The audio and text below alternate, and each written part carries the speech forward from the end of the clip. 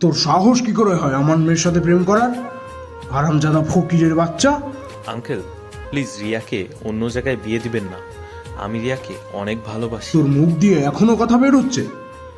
আমি কি দেখে তোর সাথে আমার মেয়ের বিয়ে দিব? আমরা একে অপরকে অনেক ভালোবাসি। রিয়ার সাথে আমাকে দেখা করতে দেন। চুপ! আর একটুও কথা বলবি না। তুই আমার বাড়ি থেকে বের হয়ে যা, না হলে তোর খবর আছে আজকে। আজ আমার মেয়ের বিয়ে আমি ঝামেলা করতে চাইছি না। রিয়া আমাকে না বলে সে কি করে অন্যজনকে বিয়ে করতে যায়?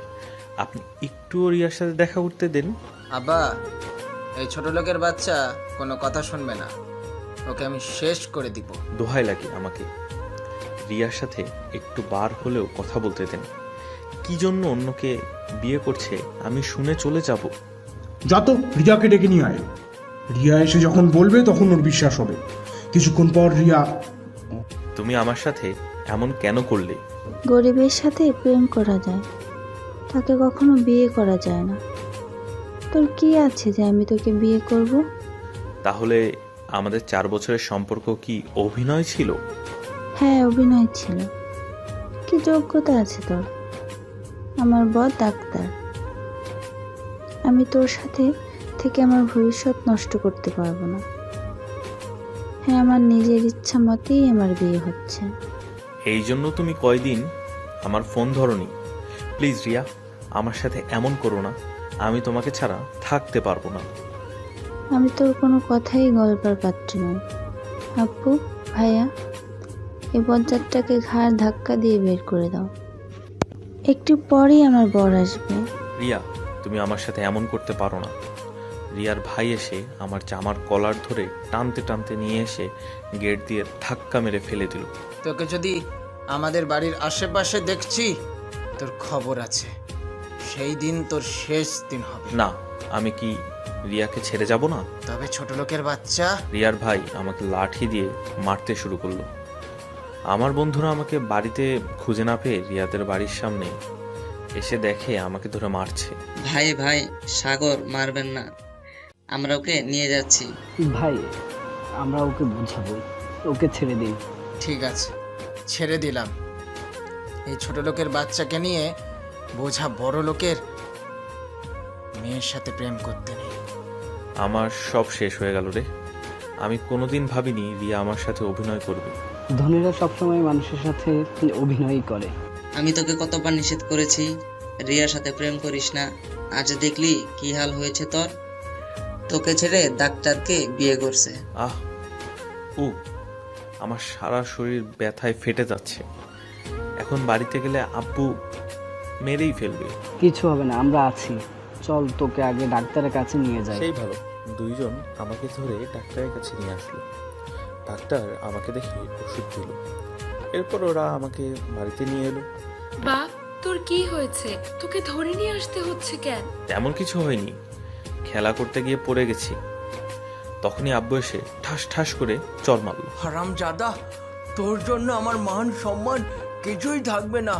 তুই জানিস না, বামুন হয়ে চাঁদে হাত দিতে নেই। কি করছে আমার ছেলে? কি করবে?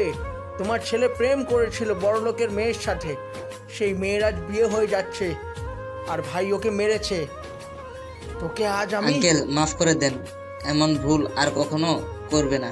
সাগরকে মাফ করে দাও, ও ছোট মানুষ, ভুল করে ফেলেছে। ওকে রুমে নিয়ে গিয়ে গরম ছ্যাঁক দাও। গরিবের কখনো প্রেম হয় না। বর্তমানে গরিবরা মানুষ না, তাদের সমাজের পশুর মতো দেখা হয়। আমি যদি বড় চাকরি করতাম তাহলে এই দিন দেখতে হতো না। আঙ্কেল, যা হয়ে গেছে তা মনে করে লাভ নেই। আমরা সাগরকে নিয়ে ডাক্তারের কাছে ওষুধ নিয়ে এসেছি। এমন কিছু হয়ে দেখাতে হবে? গরিবরাও মানুষ, কোনো পশু না। সবাই মিলে আমাকে রুমে নিয়ে এলো। আব্বু আম্মু কাঁদছে।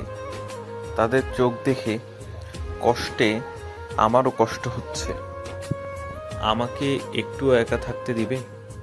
আমি একটু একা থাকতে চাই। ঠিক আছে, তুই থাক, আমরা চলে যাচ্ছি। সবাই বাইরে বের হয়ে গেল। আমি দরজা বন্ধ করে বেডে শুয়ে অনেকক্ষণ রিয়ার জন্য কান্নাকাটি করলাম। আজ গরিব বলে রিয়া আমাদের 4 বছরের সম্পর্ক নষ্ট করে দিল। এটা ভাবতে পারছি না। দুপুরে নিশি দরজা ধাক্কা দিতে শুরু করলো। ভাইয়া দরজা খোল, আম্মু তোর জন্য খাবার পাঠিয়েছে। আমার ক্ষুধা নেই, তুই চলে যা, আমাকে একা থাকতে দে। খাওয়ার পর তোর ঔষধ আছে, দরজা খোল। তুই যাবি এখান থেকে, আমাকে বিরক্ত করিস না। নিশি চলে গেলে আমি ঘুমানোর চেষ্টা করলাম। রিয়ার সাথে আমি একই স্কুলে পড়াশোনা করতাম। আমাদের বন্ধুত্ব থেকে প্রেম হয়ে যায়। আমি রিয়াকে ক্লাস 9 থেকে ভালোবাসতে শুরু করি। রিয়া আর্টসে পড়তো আর আমি বিজ্ঞানী। এসএসসির পর দুইজন একই কলেজে ভর্তি হলাম। এইভাবে কেটে গেল 2 বছর। এইচএসসি পরীক্ষা দেওয়ার কয়দিন পর রিয়ার সাথে আমার কোনো যোগাযোগ নেই। হঠাৎ করে গতকাল শুনতে পারি রিয়ার বিয়ে আজ। আমি কখনো ভাবিনি যে রিয়া আমার সাথে এমন করবে। আমি গরিব বলে আমাকে দূরে ঠেলে দিবে। আজ তার বিয়ে হয়ে যাচ্ছে। ভাবতে ভাবতে আমি ঘুমিয়ে পড়লাম। যখন ঘুম ভাঙলো তখন দেখি রাত হয়ে গেছে। আমি উঠে দাঁড়ানোর চেষ্টা করছি কিন্তু পারছি না। অনেক কষ্ট করে বাথরুমে ঢুকে ফ্রেশ হয়ে দরজা খুলে দিলাম। আমি ঠাস করে মাটিতে পড়ে গেলাম। আম্মু পড়ে যাওয়ার শব্দ শুনে রুমে এসে দেখে আমি পড়ে আছি। নিশি আর আম্মু ধরে আমাকে বেডে শুয়ে দিল। তুই কেন এমন পাগলামি করছিস? ওই মেয়ে কি তোকে সত্যি ভালোবেসেছিল? যদি সত্যি ভালোবাসতো তাহলে মাঝপথে ছেড়ে চলে যেত না। ভাইয়া চিন্তা করিস না, মেয়ের অভাব নেই। এর চেয়ে সুন্দরী মেয়ে তোর বউ করে নিয়ে আসবো। আম্মু একটু পানি দিবে, আমার গলা শুকিয়ে যাচ্ছে। নিশি, দৌড়ে গিয়ে পানি নিয়ে আয়। বাবা, তোর কষ্ট হচ্ছে? না, আমি ঠিক আছি, শুধু আমার শরীর ব্যথা করছে। নিশি পানি নিয়ে আসলো। আমি পানি খেয়ে চুপ করে শুয়ে রইলাম। আম্মু ভাইয়াকে খেতে দাও, দুপুরে কিছু খায়নি, এখন খেয়ে ওষুধ খেয়ে নিবে। তুই খাবার নিয়ে আয়। আমার খেতে ইচ্ছা করছে না, খাবার নিয়ে যাও। তুই এমন করছিস কেন? সেই মেয়ে দিব্যি বিয়ে করে শ্বশুর বাড়িতে চলে গেছে। খেয়ে ওষুধ খেয়ে নে, না হলে আরো অসুস্থ হয়ে পড়বি। আমি খেয়ে ওষুধ খেয়ে নিলাম। এরপর আমি ঘুমিয়ে পড়লাম। মাঝরাতে আমার খুব জ্বর আসলো। আমি কষ্ট করে উঠে ওষুধ খেয়ে নিলাম।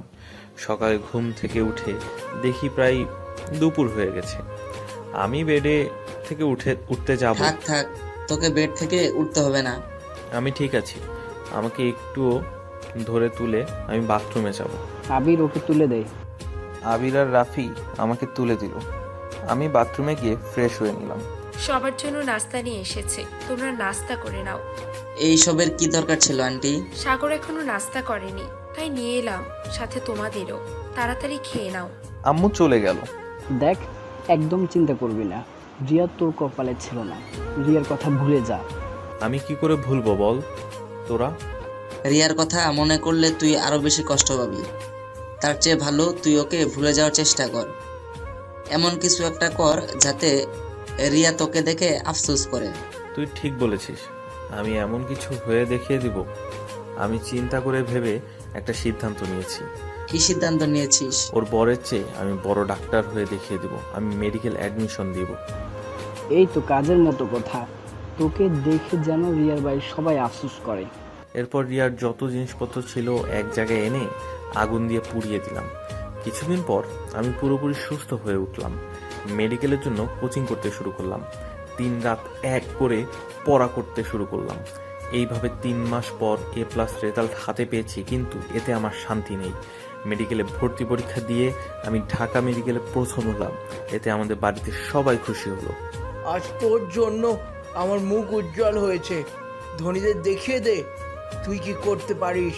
তোমরা সবাই আমার জন্য দোয়া করো, আমি দেখিয়ে দিব তাদের। আমি ঢাকায় আসার জন্য বাসের টিকিট কেটে নিয়ে এলাম। তোকে ছাড়া আমরা অনেক কষ্টে থাকবো। পড়াশোনা শেষ করতে অনেক বছর লেগে যাবে। চিন্তা করো না, আমি ছুটিতে বাড়িতে এসে ঘুরে যাব। প্রতিদিন তোমাদের সাথে কথা হবে। বাড়ি আসার সময় আমার জন্য গিফট নিয়ে আসবি। ঠিক আছে। দুপুরে খেয়ে বিশ্রাম নিলাম। আবির আর রাফি ঢাকা বিশ্ববিদ্যালয়ে চান্স পেয়েছে। আমরা 3 জন একসাথে ঢাকায় যাব। বিকালের দিকে আব্বু ডাকতে শুরু করলো। সাগর, তাড়াতাড়ি ঘুম থেকে উঠ, ব্যাগপত্র গুছাতে হবে। আমি উঠে ফ্রেশ হয়ে নিলাম। সময় হয়ে আসছে, রাত 8টায় আমাদের বাস আছে। আমি আর আম্মু তাড়াতাড়ি ব্যাগপত্র গুছিয়ে নিলাম। এরপর আম্মু আমাকে নাস্তা করতে দিল। নাস্তা খেয়ে নে, আমি তোর জন্য নাস্তা বানিয়ে দিয়েছি। পথে ক্ষুধা লাগলে খেয়ে নিস। ঠিক আছে। আমি একটু ঘোরাঘুরি করছি, তখন রিয়ার আব্বু সাথে দেখা হলো।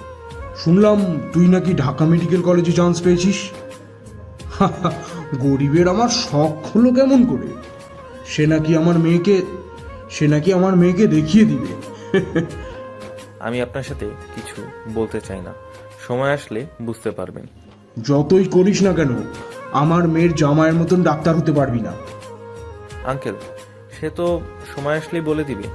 চলি, আমার আজ বাস আছে। আমি কিছুক্ষণ ঘোরাঘুরি করে বাড়িতে এসে বিশ্রাম নিয়ে আব্বু আম্মু নিশি আর আবিরদের বাড়িতে এলাম। আজ সাগরের জন্য আমাদের গ্রাম উজ্জ্বল হয়েছে। এই প্রথম কেউ মেডিকেল কলেজে পড়ছে, মেডিকেলে প্রথম হয়ে আরও নাম করছে। আঙ্কেল, দোয়া করবেন যেন আমি ভালোভাবে পড়াশোনা করতে পারি। আমি দোয়া করি তোরা যেন ভালোভাবে পড়াশোনা করিস। এরপর সবার কাছ থেকে বিদায় নিয়ে গাড়িতে উঠে বসলাম। গাড়ি চলতে শুরু করলো আর চললাম অজানা এক শহরের পথে। ঢাকায় আমরা কিছুই চিনি না, আমাদের সবাইকে দেখে শুনে চলতে হবে। আমি মেডিকেল হলে সিট পাইছি, আমার কোনো সমস্যা নেই। হলে থেকে তেমন বের হব না। হলে সিট পেয়েছি বলে আমাদের বাসা ভাড়ার অনেক টাকা বেঁচে গেল। বাস যশোর জেলা পার হয়ে মাগুরা জেলা শুরু হলো। 3 জন নাস্তা করে ঘুমিয়ে পড়লাম। যখন ঘুম ভাঙলো তখন দেখি নদীর মাঝখানে ফেরিতে আছি। চল আমরা বাস থেকে একটু বাইরেরটা দেখে আসি। যাবি? তাহলে চল। আমরা 3 জন বাস থেকে নেমে ফেরি ঘুরে ঘুরে দেখছি। ফেরির এক পাশে দোকান আছে।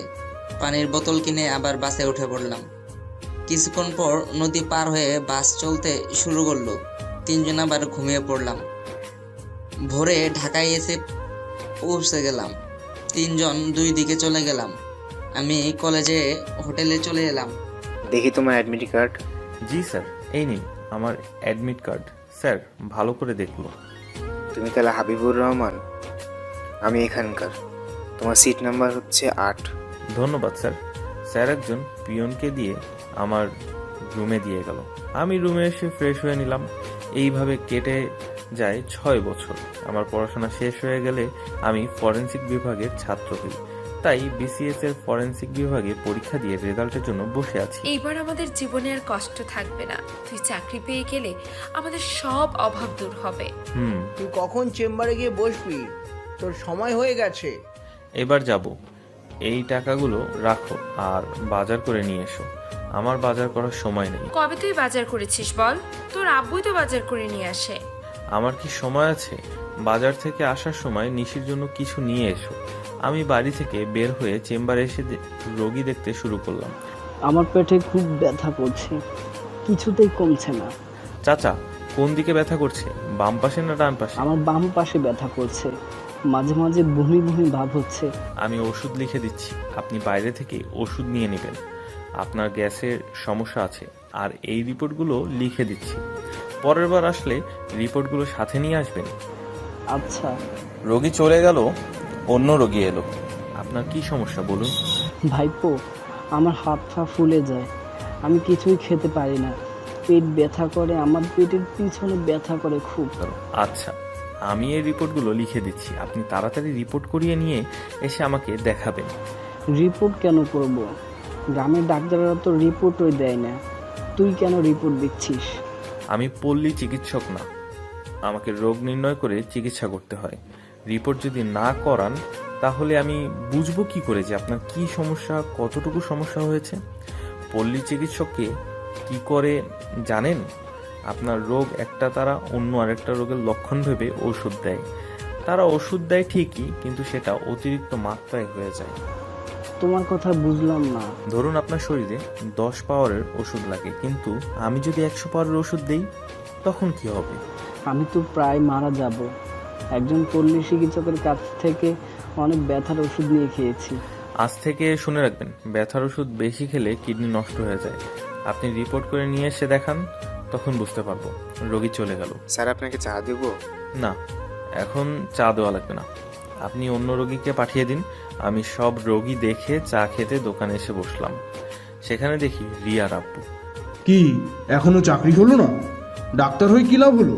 আমি চেষ্টা করছি একটা সরকারি চাকরির।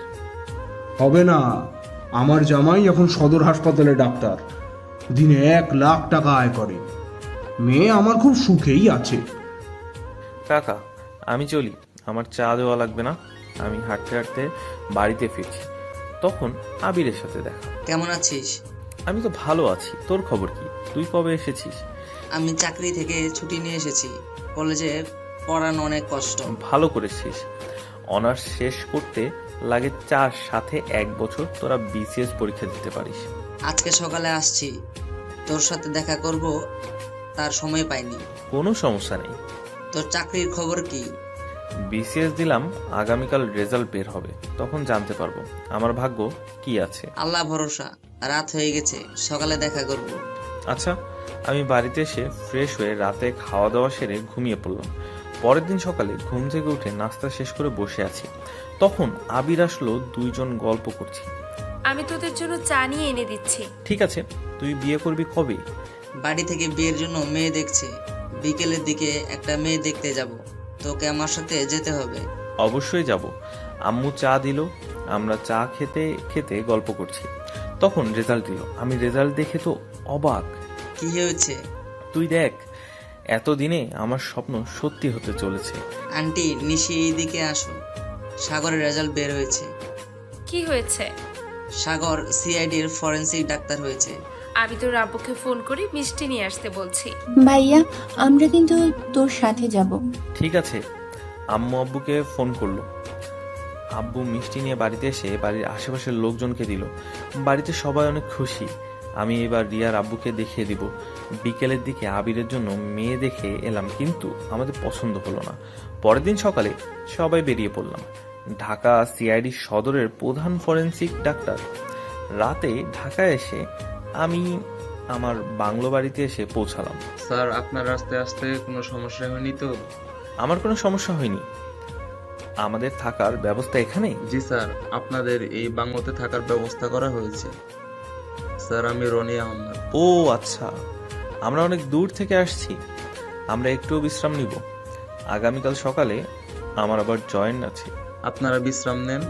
আমি রুমে এসে ফ্রেশ হয়ে কিছু খাওয়া দাওয়া সেরে ঘুমিয়ে পড়লাম। পরের দিন সকালে ঘুম থেকে উঠে ফ্রেশ হয়ে নাস্তা শেষ করে বাইরে বের হচ্ছি, তখনই রনি বলল, স্যার, আপনাকে সদর দপ্তরে নেওয়ার জন্য গাড়ি এসেছে, আপনি গাড়িতে উঠে বসেন। আচ্ছা। আমি গাড়িতে উঠে বসলাম। কিছুক্ষণ পর গাড়ি ছেড়ে দিল। আমার গাড়ির পিছনে পিছনে কয়েকটি গাড়ি বের হলো। আমি ল্যাবে এসে পৌঁছালাম। সবাই আমাকে ফুল দিয়ে শুভেচ্ছা জানালো। এরপর এক এক করে সবাই আমার সাথে পরিচয় হলো, কিন্তু এই মেয়েটাকে চেনা চেনা লাগছে। স্যার, কেমন আছেন আপনি? আমি ভালো আছি। তোমাকে চেনা চেনা লাগছে? স্যার, আমাকে চিনবেন কিভাবে? আমি আজকেই এখানে জয়েন করেছি।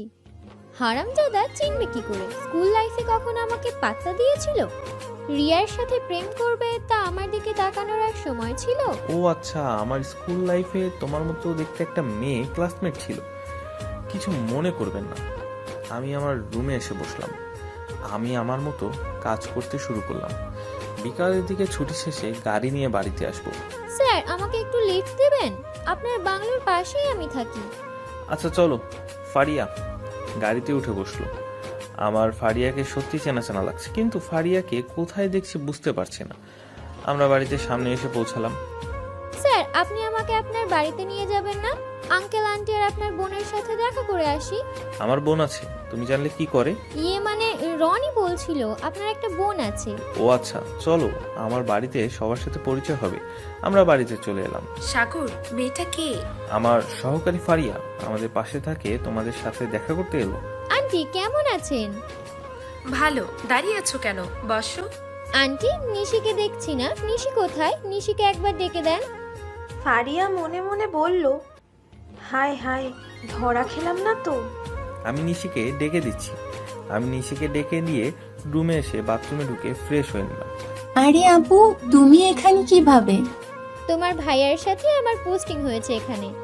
নিশি, তুই ফারিয়াকে আগে থেকে চিনিস কেমন করে? আম্মু, আপু ভাইয়ের সাথে পড়াশুনো করতো। আমার বান্ধবীর বড় বোন, আমাদের পাশের গ্রামে বাড়ি। তুমি চিনতে পেরেছো, কিন্তু তোমার ভাই আমাকে চিনতে পারলো না। স্কুলে সাগর আর রিয়া ছাড়া কারোর সাথে কথাই বলতো না। সাগর আর রিয়া অন্য কলেজে ভর্তি হওয়ার পরে আর খোঁজ পেলাম না এদের। আজ হঠাৎ সাগরের সাথে দেখা হয়ে গেল। ও, তুমি যেন আবার রিয়ার কথা সাগরকে বলতে চেও না। কেন? আন্টি এদের বিয়ে হবে কবে? না, এদের বিয়ে হবে না। রিয়ার অন্য জায়গায় বিয়ে হয়ে গেছে। কি? আপু থাক, ওই বেইমানের কথা বলো না। এখন ভাইয়াকে বলি তোমরা ক্লাসমেট। আমার পরিচয় দিবে না, তোমার ভাইয়া আমাকে চিনে নিবে। আমি রুম থেকে বের হয়ে এলাম। আম্মু, ফারিয়াকে নাস্তা দাও। ফারিয়া আমাদের বাড়িতে প্রথম আসলো। আমি এখন আসছি। এবার বলেন আপনার বাড়িতে কে কে আছে, তারা কোথায় এখন? আব্বু, আম্মু আর একটা ছোট বোন আছে। সবাইকে নিয়ে এখানে চলে এসেছি। ও, তোমার ছোট বোন কিসে পড়াশোনা করে? এইবার নিধি ইন্টার ফার্স্ট ইয়ারে পড়ছে। নিশি তো ইন্টার ফার্স্ট ইয়ারে পড়াশোনা করে। তাহলে অনেক ভালো হয়। ফারিয়া নাস্তা খেয়ে চলে গেল। আমি রাতে খাওয়া দাওয়া সেরে বাইরের দিকে ঘোরাঘুরি করছি, হঠাৎ পুলিশের গাড়ি এসে দাঁড়ালো। এই এলাকা ভালো না, আপনি বাড়িতে চলে যান। ও আচ্ছা, এদিকে কিসের সমস্যা? এই এলাকায় চুরি ছিনতাই হয়ে থাকে। আপনার বাড়ি কোথায়? সামনে যে ফরেন্সিক বাংলো দেখছেন, আমি ওখানে থাকি। আমি সিআইডির ফরেন্সিক বিভাগের প্রধান। স্যার, আমি এখানকার ইনচার্জ তামিম। আপনি বাড়িতে চলে যান। আচ্ছা, আমি বাড়িতে এসে শুয়ে পড়লাম। পরের দিন সকালে ল্যাবে এসে কাজ শুরু করলাম। স্যার, এখানে একটা লাশ পাঠানো হয়েছে। আচ্ছা চলুন। আপনি সব কিছু সাইন করে দিয়েছেন? জি স্যার। আপনার বাড়ি কোথায় ভাই? আপনি আমার বড়, তাই ভাই বলছি, কিছু মনে করবেন না। না স্যার, আমি কিছু মনে করি। আমার বাড়ি বরিশালে। আমার পুরো নাম ওয়াহেদ হাসান রাকিব। খুব ভালো। আমি আর রাকিব ভাই এসে লাশ দেখতে শুরু করলাম। ফারিয়া এই লাশের সম্পর্কে কিছু বলবো। লাশটি নদীতে পাওয়া গেছে। আসামিরা এই ব্যক্তিকে হাত পা বেঁধে নদীতে ফেলে দিয়েছিল। এখন আমাদের পরীক্ষা করতে হবে এই ব্যক্তি কিভাবে মারা গেল, নদীতে ডুবে না অন্যভাবে। নদীর পানিতে ডুবে সব তথ্য নষ্ট করে দিয়েছে। এখন আমরা কিভাবে তথ্য বের করব? স্যার, আমাদের তথ্য তাড়াতাড়ি বের করতে হবে, তাহলে তদন্ত করতে কোনো সমস্যা হবে না। আমরা পরীক্ষা নিরীক্ষা করতে শুরু করলাম। পরীক্ষা নিরীক্ষা করে জানতে পারলাম যে এই ব্যক্তি প্রথমে হত্যা করে পরে নদীতে ফেলে দিয়েছে। স্যার, আমি এই তথ্যগুলো সিআইডির অফিসে দিয়ে আসছি, পরে ভিকটিমকে নিয়ে যাবে। আচ্ছা, লাশ পরীক্ষা করতে গিয়ে দুপুরে গড়িয়ে বিকেল হয়ে গেল। আমি আমার রুমে এসে খেয়ে নিলাম। ছুটির পর বাড়িতে এলাম। তুই ফ্রেশ হয়ে আয়, আমি তোকে চা করে দিচ্ছি। আব্বুকে দেখছি না, কোথায় গেছে? তোর আব্বু বাসের টিকিট কাটতে গেছে। মাঠে ধান কাটার সময় হয়ে গেছে, আমাদেরকে বাড়ি যেতে হবে। 2 দিন হলো তোমরা আসলে, আজকে আবার চলে যাবে? ধান গুছিয়ে আবার চলে আসব। তাছাড়া নিশি এখানে থাকছে। আচ্ছা, আমি ফ্রেশ হয়ে চা খেতে শুরু করলাম। কিছুক্ষণ পর আব্বু এলো। আমরা তাড়াতাড়ি চলে আসবো, মাঠে ধান কাটতে হবে। আচ্ছা, রাতে আব্বু আম্মু গ্রামের বাড়িতে চলে গেল। পরের দিন অফিসে ছুটি, বাড়িতে বসে আছি। ভাইয়া চল না, আমরা একটু ঘুরে আসি। বাড়িতে থাকতে ভালো লাগছে না। ঠিক আছে, রেডি হয়ে নে। আমাদের সাথে কিন্তু আপু আর নিধি যাবে। আমরা সবাই মিলে একসাথে বের হলাম। স্যার, আপনি প্রেম করেন? ব্যক্তিগত কিছু জিজ্ঞাসা করবে না, আমাদের সাথে এসো, চুপচাপ ঘোরাঘুরি করো। ঠিক আছে। ভাইয়া, আমি আইসক্রিম খাবো, আমাকে আইসক্রিম কিনে দাও। আপু, তোমরা কি খাবে? তোমার ভাইয়া ম্যাঙ্গো ফ্লেভার আইসক্রিম পছন্দ করে, আমিও তাই পছন্দ করি। আমার পছন্দ, তুমি জানলে কি করে? ইয়ে মানে নিশি বলছিল, আমি নিশির কাছ থেকেই শুনেছিলাম। আচ্ছা, আমরা সবাই একটা রেস্টুরেন্টে এসে বসি। আইসক্রিম অর্ডার করলাম। হঠাৎ দুইজন দিকে আমার চোখ পড়ল। আমি আমাদের পাশের টেবিলে রিয়াকে দেখতে পেলাম। একটা ছেলের সাথে বসে আছে। দেখে মনে হলো এটাই রিয়ার স্বামী। স্যার, পাশের টেবিলের দিকে তাকিয়ে কি দেখছেন? কিছু না। কিছু তো একটা আছে, দেখি তো কি আছে। এখানে তো রিয়া আর রিয়ার স্বামী বসে আছে। কি হলো? আইসক্রিম চলে এসেছে, আইসক্রিম খেতে শুরু করো। পাশের দিকে তাকিয়ে লাভ নেই, কিছু মনে করবে। সবাই আইসক্রিম খেতে শুরু করলাম, কিন্তু মনে পড়ে আছে পাশের টেবিলের দিকে। স্যার, আপনি ওদেরকে চিনেন মনে হচ্ছে। আমি? না না, আমি কিভাবে চিনব? ও, আমি আরো কিছু খাবার অর্ডার দিব না, আইসক্রিম খাবে শুধু। আমি চিকেন ফ্রাই খাবো। নিধি, তুই কি খাবি? আমিও তাই খাবো। তুমি কি খাবে? স্যার, আপনি চিকেন কাবাব পছন্দ করেন, আমিও তাই পছন্দ করি। আমাদের কাবাবের অর্ডার দেন। আচ্ছা, আমি সবকিছু অর্ডার দিলাম। রিয়া আমার দিকে তাকিয়ে তাকিয়ে দেখছে, আমি বুঝতে পারছি।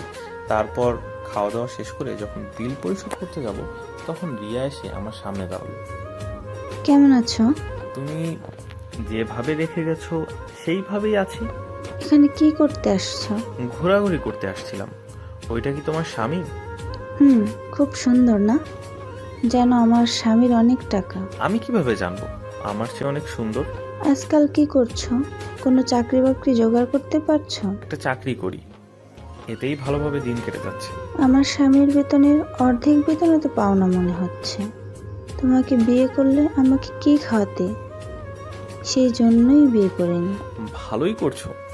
আমার মতো একটা গরিবকে বিয়ে করে কি পেতে? হয়তো তোমার জীবনটা নষ্ট হয়ে যেত। মেয়েগুলি কি তোমার সাথে এসেছে? আমার ছোট বোনেরা, তোমার স্বামী চলে এসেছে, কিছু মনে করবে? তোমার জন্য তো আর সংসার নষ্ট করতে পারি না। এই কার্ডটা রাখো, কোনোদিন প্রয়োজন হলে আমার স্বামীকে ফোন দিও, কিছু একটা ব্যবস্থা করে দেবে। আমার স্বামী খুব দয়ালু, ফকির দেখলে সাহায্য করে। তুমিও তো ফকিরদেরই একজন। গরিবদের সাহায্য করা খুবই ভালো কাজ। রিয়া আমার হাতে তার স্বামীর ভিজিটিং কার্ড ধরিয়ে দিয়ে চলে গেল। আমি মনে মনে হাসলাম, মানুষ টাকার জন্য কতটা বদলাতে পারে। তোমার স্বামীর থেকে আমার বেতন দ্বিগুণ। আমি বিল পরিশোধ করে বের হয়ে এলাম। রিয়ার সাথে এত কি কথা বলছিলেন? মেয়েটির নাম রিয়া, তুমি জানলে কি করে? মানে নিশি বলল। নিশি খুব রেগে আছে রিয়ার সাথে কথা বলতে দেখে। আপনার এটা ঠিক হয়নি। তুমি আমার ব্যক্তিগত কিছুতেই না গলাবে না, আমার এসব পছন্দ না। সরি স্যার, হঠাৎ আমার এসব ফোন আসলো পছন্দ না। রনির। রনি বলল, স্যার 4 নম্বর সেক্টরে একজন খুন হয়েছে, আপনাকে ঘটনাস্থলে একটু আসতে হবে। ঠিক আছে, আমি এখনই চলে আসছি। আমরা গাড়ি নিয়ে চলে এলাম। ভাইয়া, আমি এই সব খুন দেখতে পারি না, আমরা বাড়িতে যাব। রনি, নিশি আর নিধিকে বাড়িতে পাঠিয়ে দাও, ওরা কিছু চেনে না এই শহরে। জি আচ্ছা। আমি রুমে এসে দেখি একটা মেয়ের খুন হয়েছে, গলায় কোপ মারা হয়েছে। ফারিয়া, তুমি ভিকটিমকে ভালো করে চেক করো, দেখবে কোনোভাবেই যেন কোনো এভিডেন্স নষ্ট না হয়ে যায়। আচ্ছা অফিসার, ছুরিটি ল্যাবে পাঠিয়ে দাও। হতে পারে আসামি আঙ্গুলের ছাপ রেখে গেছে। জি, আমি এখনই পাঠিয়ে দিচ্ছি। এসপি স্যার, আপনার সাথে কথা বলতে চাই। আচ্ছা, আমি এখন কোনো কথা বলতে চাই না। আগে ল্যাবে গিয়ে তথ্য পেলে তখন আমি নিজে গিয়ে কথা বলবো। লাশ নিয়ে ফরেনসিক ল্যাবে চলে এলাম। স্যার, লাশের কি কি পরীক্ষা নিরীক্ষা করতে হবে? দেখতে হবে লাশের গলায় কোপ কতটুকু গভীর হয়েছে। ফারিয়া, তুমি লাশ চেক করো, আমি ছুটি থেকে আঙুলের ছাপ আছে কি না তা দেখছি। আমি মেশিন পরীক্ষা নিরীক্ষা করতে শুরু করলাম। কিছুক্ষণ পর একটা আঙুলের ছাপ পেলাম। স্যার, লাশ থেকে ব্লিডিং হচ্ছে। মেয়েটিকে প্রথমে ধর্ষণ করা হয়েছে। ওরে আল্লাহ! পরীক্ষা নিরীক্ষা শেষ, লাশ বাড়িতে পাঠিয়ে দিয়ে তোমরা বাড়িতে চলে যাও। ছুটির দিনে তোমাদের বিরক্ত করলাম। স্যার, আমি আপনার সাথে যাই। আচ্ছা, আমি আর ফারিয়া সিআইডির সদর দপ্তরে এলাম। আমি এসপির কাছে এলাম। স্যার, আপনার গবেষণার খবর কি? গবেষণা হয়ে গেছে, রিপোর্ট চলছে। আপনারা তদন্ত করে কি পেয়েছেন? স্যার, বাড়ি থেকে অনেক কিছু চুরি হয়ে গেছে। আমার মনে হচ্ছে চুরির মামলা। আপনি এই রিপোর্টগুলো রাখেন আর এই আঙুলের ছাপ ম্যাশ করে দেখতে পারেন যে আসামি আপনাদের লিস্টে আছে কিনা। স্যার, আমাদের লিস্ট আছে, একটু পুরনো আসামি। ঠিক আছে স্যার, আপনাকে অনেক ধন্যবাদ। এসিপি স্যার, মেয়েটি কিন্তু ধর্ষণ হয়েছিল, এটা আপনারা মাথায় রাখবেন। ওকে ভাইয়া, তুই রিয়ার সাথে কথা না বললেই পারতিস। রিয়ার জন্য তোর কোনো প্রবলেম হয় আমরা চাই না। রিয়ার এসেই আমার সাথে কথা বলল। আচ্ছা, ফারিয়ার আমার সম্পর্কে এত কিছু জানলো কি করে? আমি কি করে জানবো? রাতে খাওয়া দাওয়া সেরে রুমে এসো, ল্যাপটপে স্কুল লাইফের ছবি দেখছি। কেননা ফারিয়াকে নিয়ে আমার সন্দেহ হচ্ছে। এই তো পেয়ে গেছি, এই মেয়েটা ফারিয়ার মতো লাগছে। রাফির কাছে কি জিজ্ঞাসা করব, রাফি আবার কিছু মনে করবে না তো? ফোন দিয়ে দেখি। আমি রাফিকে ফোন দিলাম। কেমন আছিস? তোর খোঁজ পাওয়া যায়? আমি ভালো আছি, তুই আর আবির আমাদের এখানে এসে ঘুরে যা। আসবো, হঠাৎ ফোন দিলি যে? আমি একটা তোর কাছে ছবি দিয়েছি, দেখ তো কার ছবি। ঠিক আছে সাগর, এটা ফারিয়ার ছবি, আমাদের সাথে পড়াশোনা করতো। এইটা আমাদের স্কুল লাইফের ছবি। তুই হঠাৎ ফারিয়ার কথা জিজ্ঞেস করলি কেন? পরে বলছি। ফারিয়ার কি এখনকার ছবি আছে? থাকলে আমার কাছে দে, দরকার আছে। আছে, ফারিয়ার সাথে মাঝে মাঝে কথা হয়। তোর ফোনে ছবি দিয়েছি, দেখ। ফারিয়া কিন্তু ফরেনসিক ডাক্তার হয়েছে। আচ্ছা, আমি রাখছি, ঘুমিয়ে পড়। আমি ছবি দেখে চোখ ছানা বড় হয়ে গেল। এই মেয়ে স্কুল লাইফে আমার পিছু পিছু ঘুরতো, এখন সে নাকি আমার সহকারী। ফারিয়া আমাকে অনেকবার প্রপোজ করেছে, কিন্তু আমি রিজেক্ট করে দিয়েছি। স্কুল লাইফের কথা মনে পড়লো। সাগর দাঁড়া, তোর ব্যাগে লাভ লেটার কোথা থেকে আসলো? বেদব ছেলে, এই বয়সে প্রেমপত্র লেখা হচ্ছে? কার জন্য এসব চিঠি লিখছিস? স্যার, এই চিঠি আমার না, কেউ আমার ব্যাগে রেখে দিয়েছে। মিথ্যা বলছিস বেদব? ও স্যার, খুব ব্যথা লাগছে। স্যার আমি চিঠি লিখেছি, সাগরের কোনো দোষ নেই, স্যার ওকে মারবেন না। তুই ওর পক্ষ নিয়ে কথা বলছিস কেন? আমি সাগরের ব্যাগ থেকে প্রেমপত্র পেয়েছি। স্যার হাতের লেখা চেক করেন, বুঝতে পারবেন। স্যার হাতের লেখা চেক করে দেখে বুঝলো এটা ফারিয়ার কাজ। ফারিয়াকে কি মাইকটা দিয়েছিল। ছোটবেলার কথা মনে পড়লে হাসি পায়, আবার রিয়ার কথা ভেবে কষ্ট হয়। আরেক দিনের কথা মনে পড়লো। সাগর, আমি তোমাকে ভালোবাসি, আমার সাথে প্রেম করো, আমি তোমাকে অনেক অনেক ভালোবাসবো। ফারিয়া, পাগলামি করিস না। এই বয়সে আমরা প্রেমের কি বুঝি? আমি কিছু জানি না, তোমাকে আমায় ভালোবাসতেই হবে। আমি তোমার পায়ে পড়ি, প্লিজ আমাকে দয়া করো। ফারিয়া, আমি একজনকে ভালোবাসি, আমাকে বিরক্ত করো না। সেই 6 থেকে আমাকে তুমি বিরক্ত করো। সেই দিন তোমার জন্য আমাকে মার খেতে হলো। ফারিয়া সেই আমাকে জড়িয়ে ধরে খুব কান্নাকাটি করছিল। এরপরে আমাকে কোনোদিন বিরক্ত করিনি।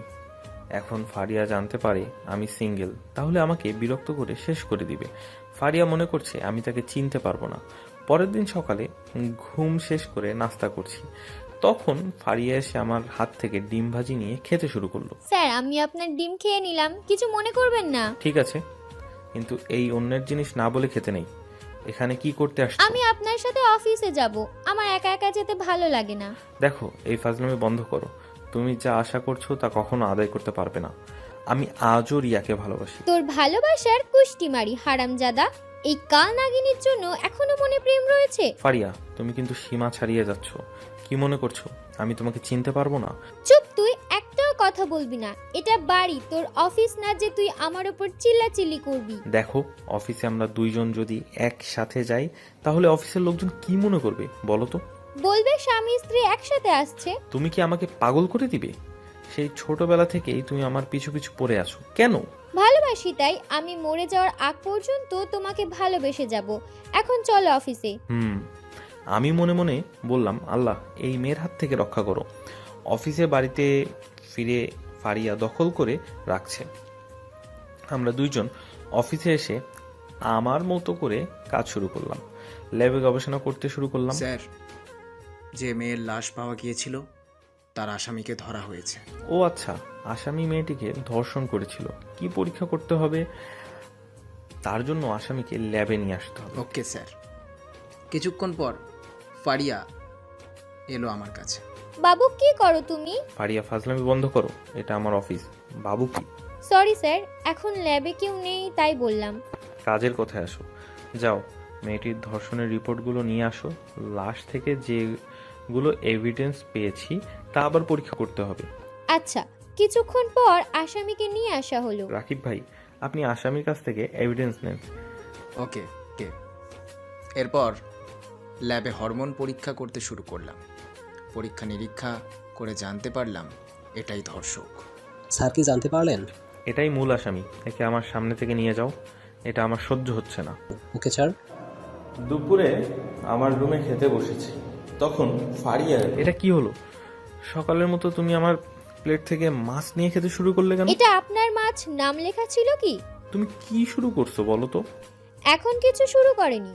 আমাকে ভালো না বাসলে তোমার জীবন অতিষ্ঠ করে দিব। ফারিয়া, আমার মাথা খারাপ করে দিও না, আমাকে খেতে দাও চুপচাপ।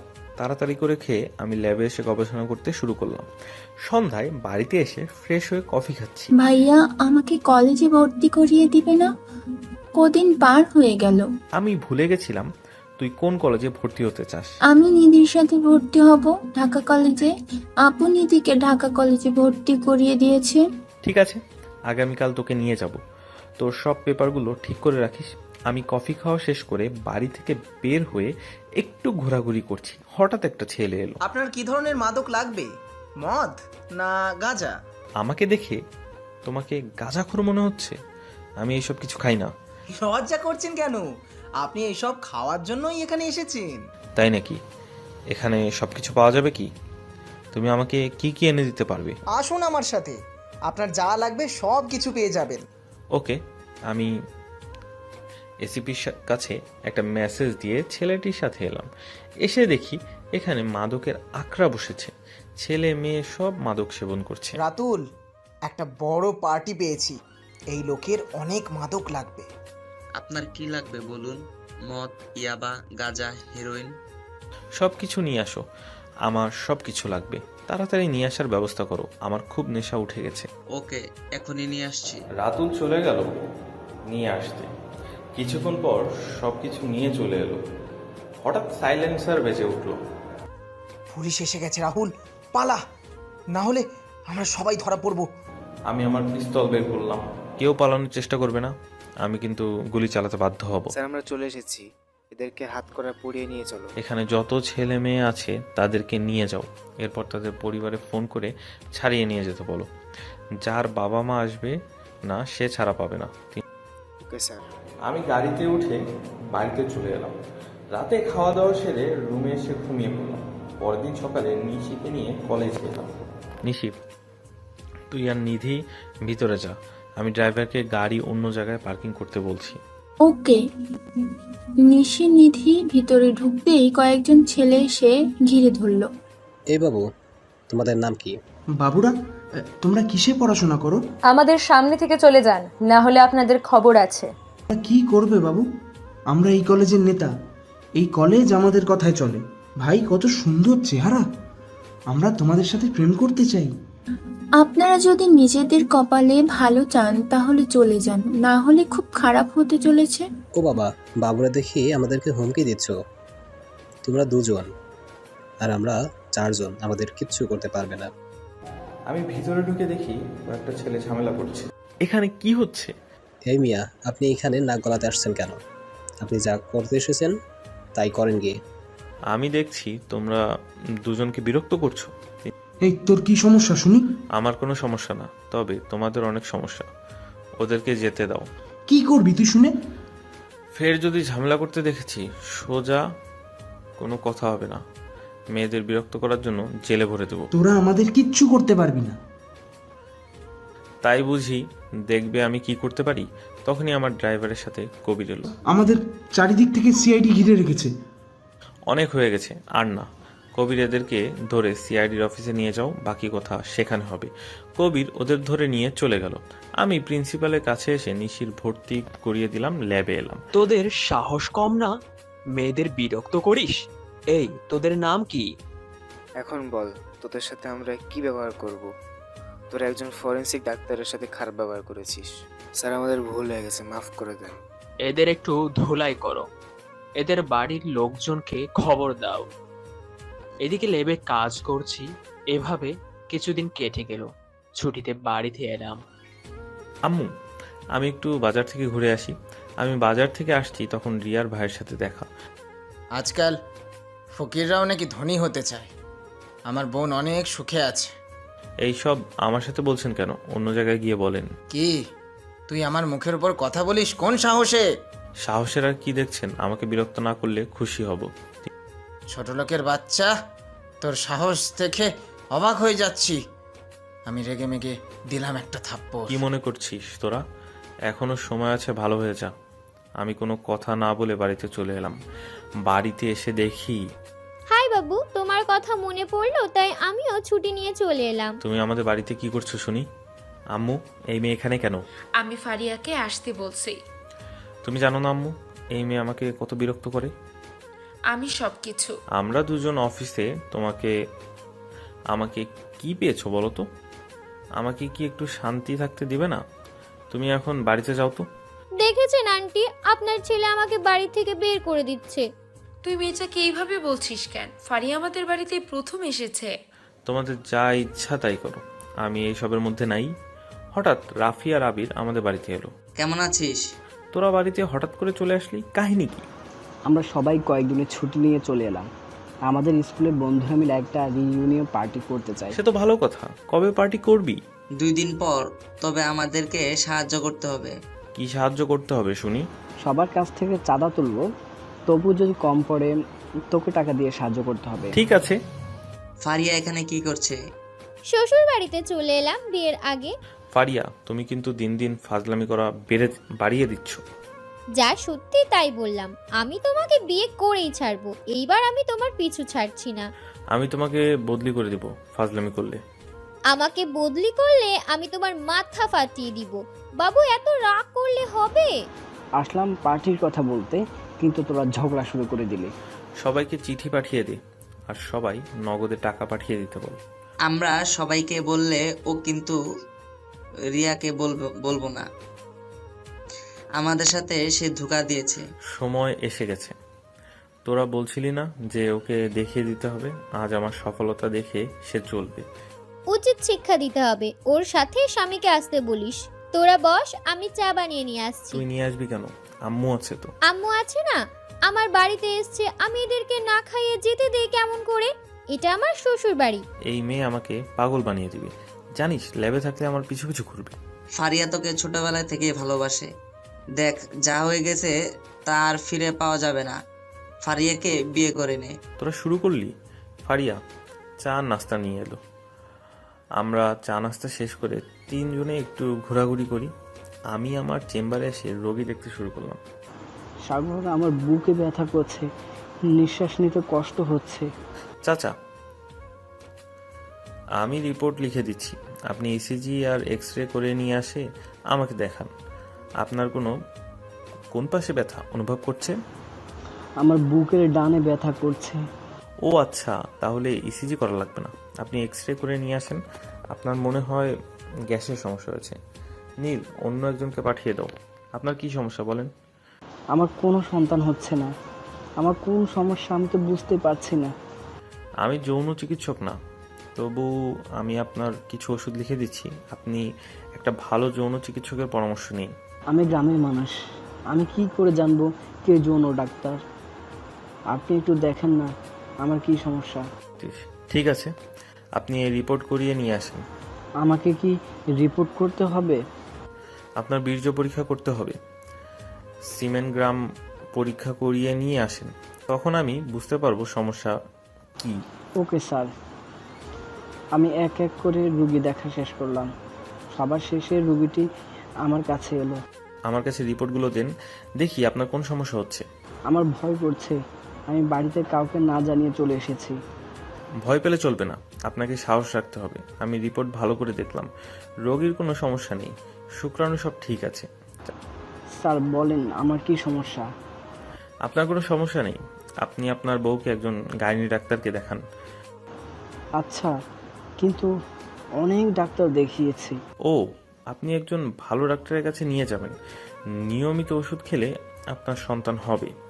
আল্লাহর উপর ভরসা রাখেন। আমি রোগীকে দেখে বাড়িতে এসে খেতে বসলাম। তোর বয়স কম হলো না, তোর বন্ধুদের প্রায় সবার বিয়ে হয়ে গেছে।